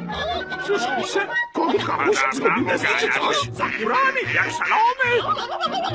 No co pan powie? O, może pan starość? Nie będzie już naszym przywódcą. Co? Nie będzie już naszym przywódcą. Cytuję, pod wpływem pochlebstw nieważni członkowie grupy mogą się uznać za urodzonych przywódców. Właśnie. To twoja szansa, mały. Będą cię słuchać. Jesteś urodzonym przywódcą. Ruszaj. Słuchajcie mnie teraz wszyscy. Jestem nowym przywódcą. Uratuję wam życie. Powiem wam, co trzeba robić. Nie słuchajcie tego kurdupla. Niebo nie spada. A właśnie, że spada. A ja mówię, że nie. A spada. No dobra, skoro niebo spada, to czemu mnie nie walnęło w głowę? Kurczak mały ma rację. Co mamy robić, kurczaku? Co mamy robić? Musisz nas ratować. Lećcie do jaskini. Tak, do jaskini, do jaskini! Uciekamy! Na zewnątrz! Szybko! Do jaskini.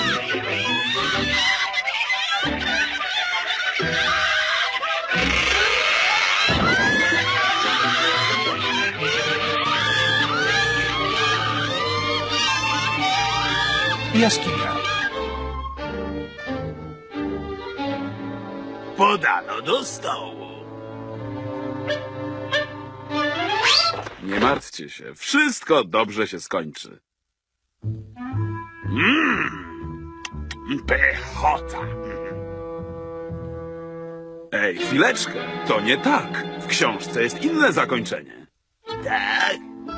Nie wiesz we wszystko, co czytasz, bracie.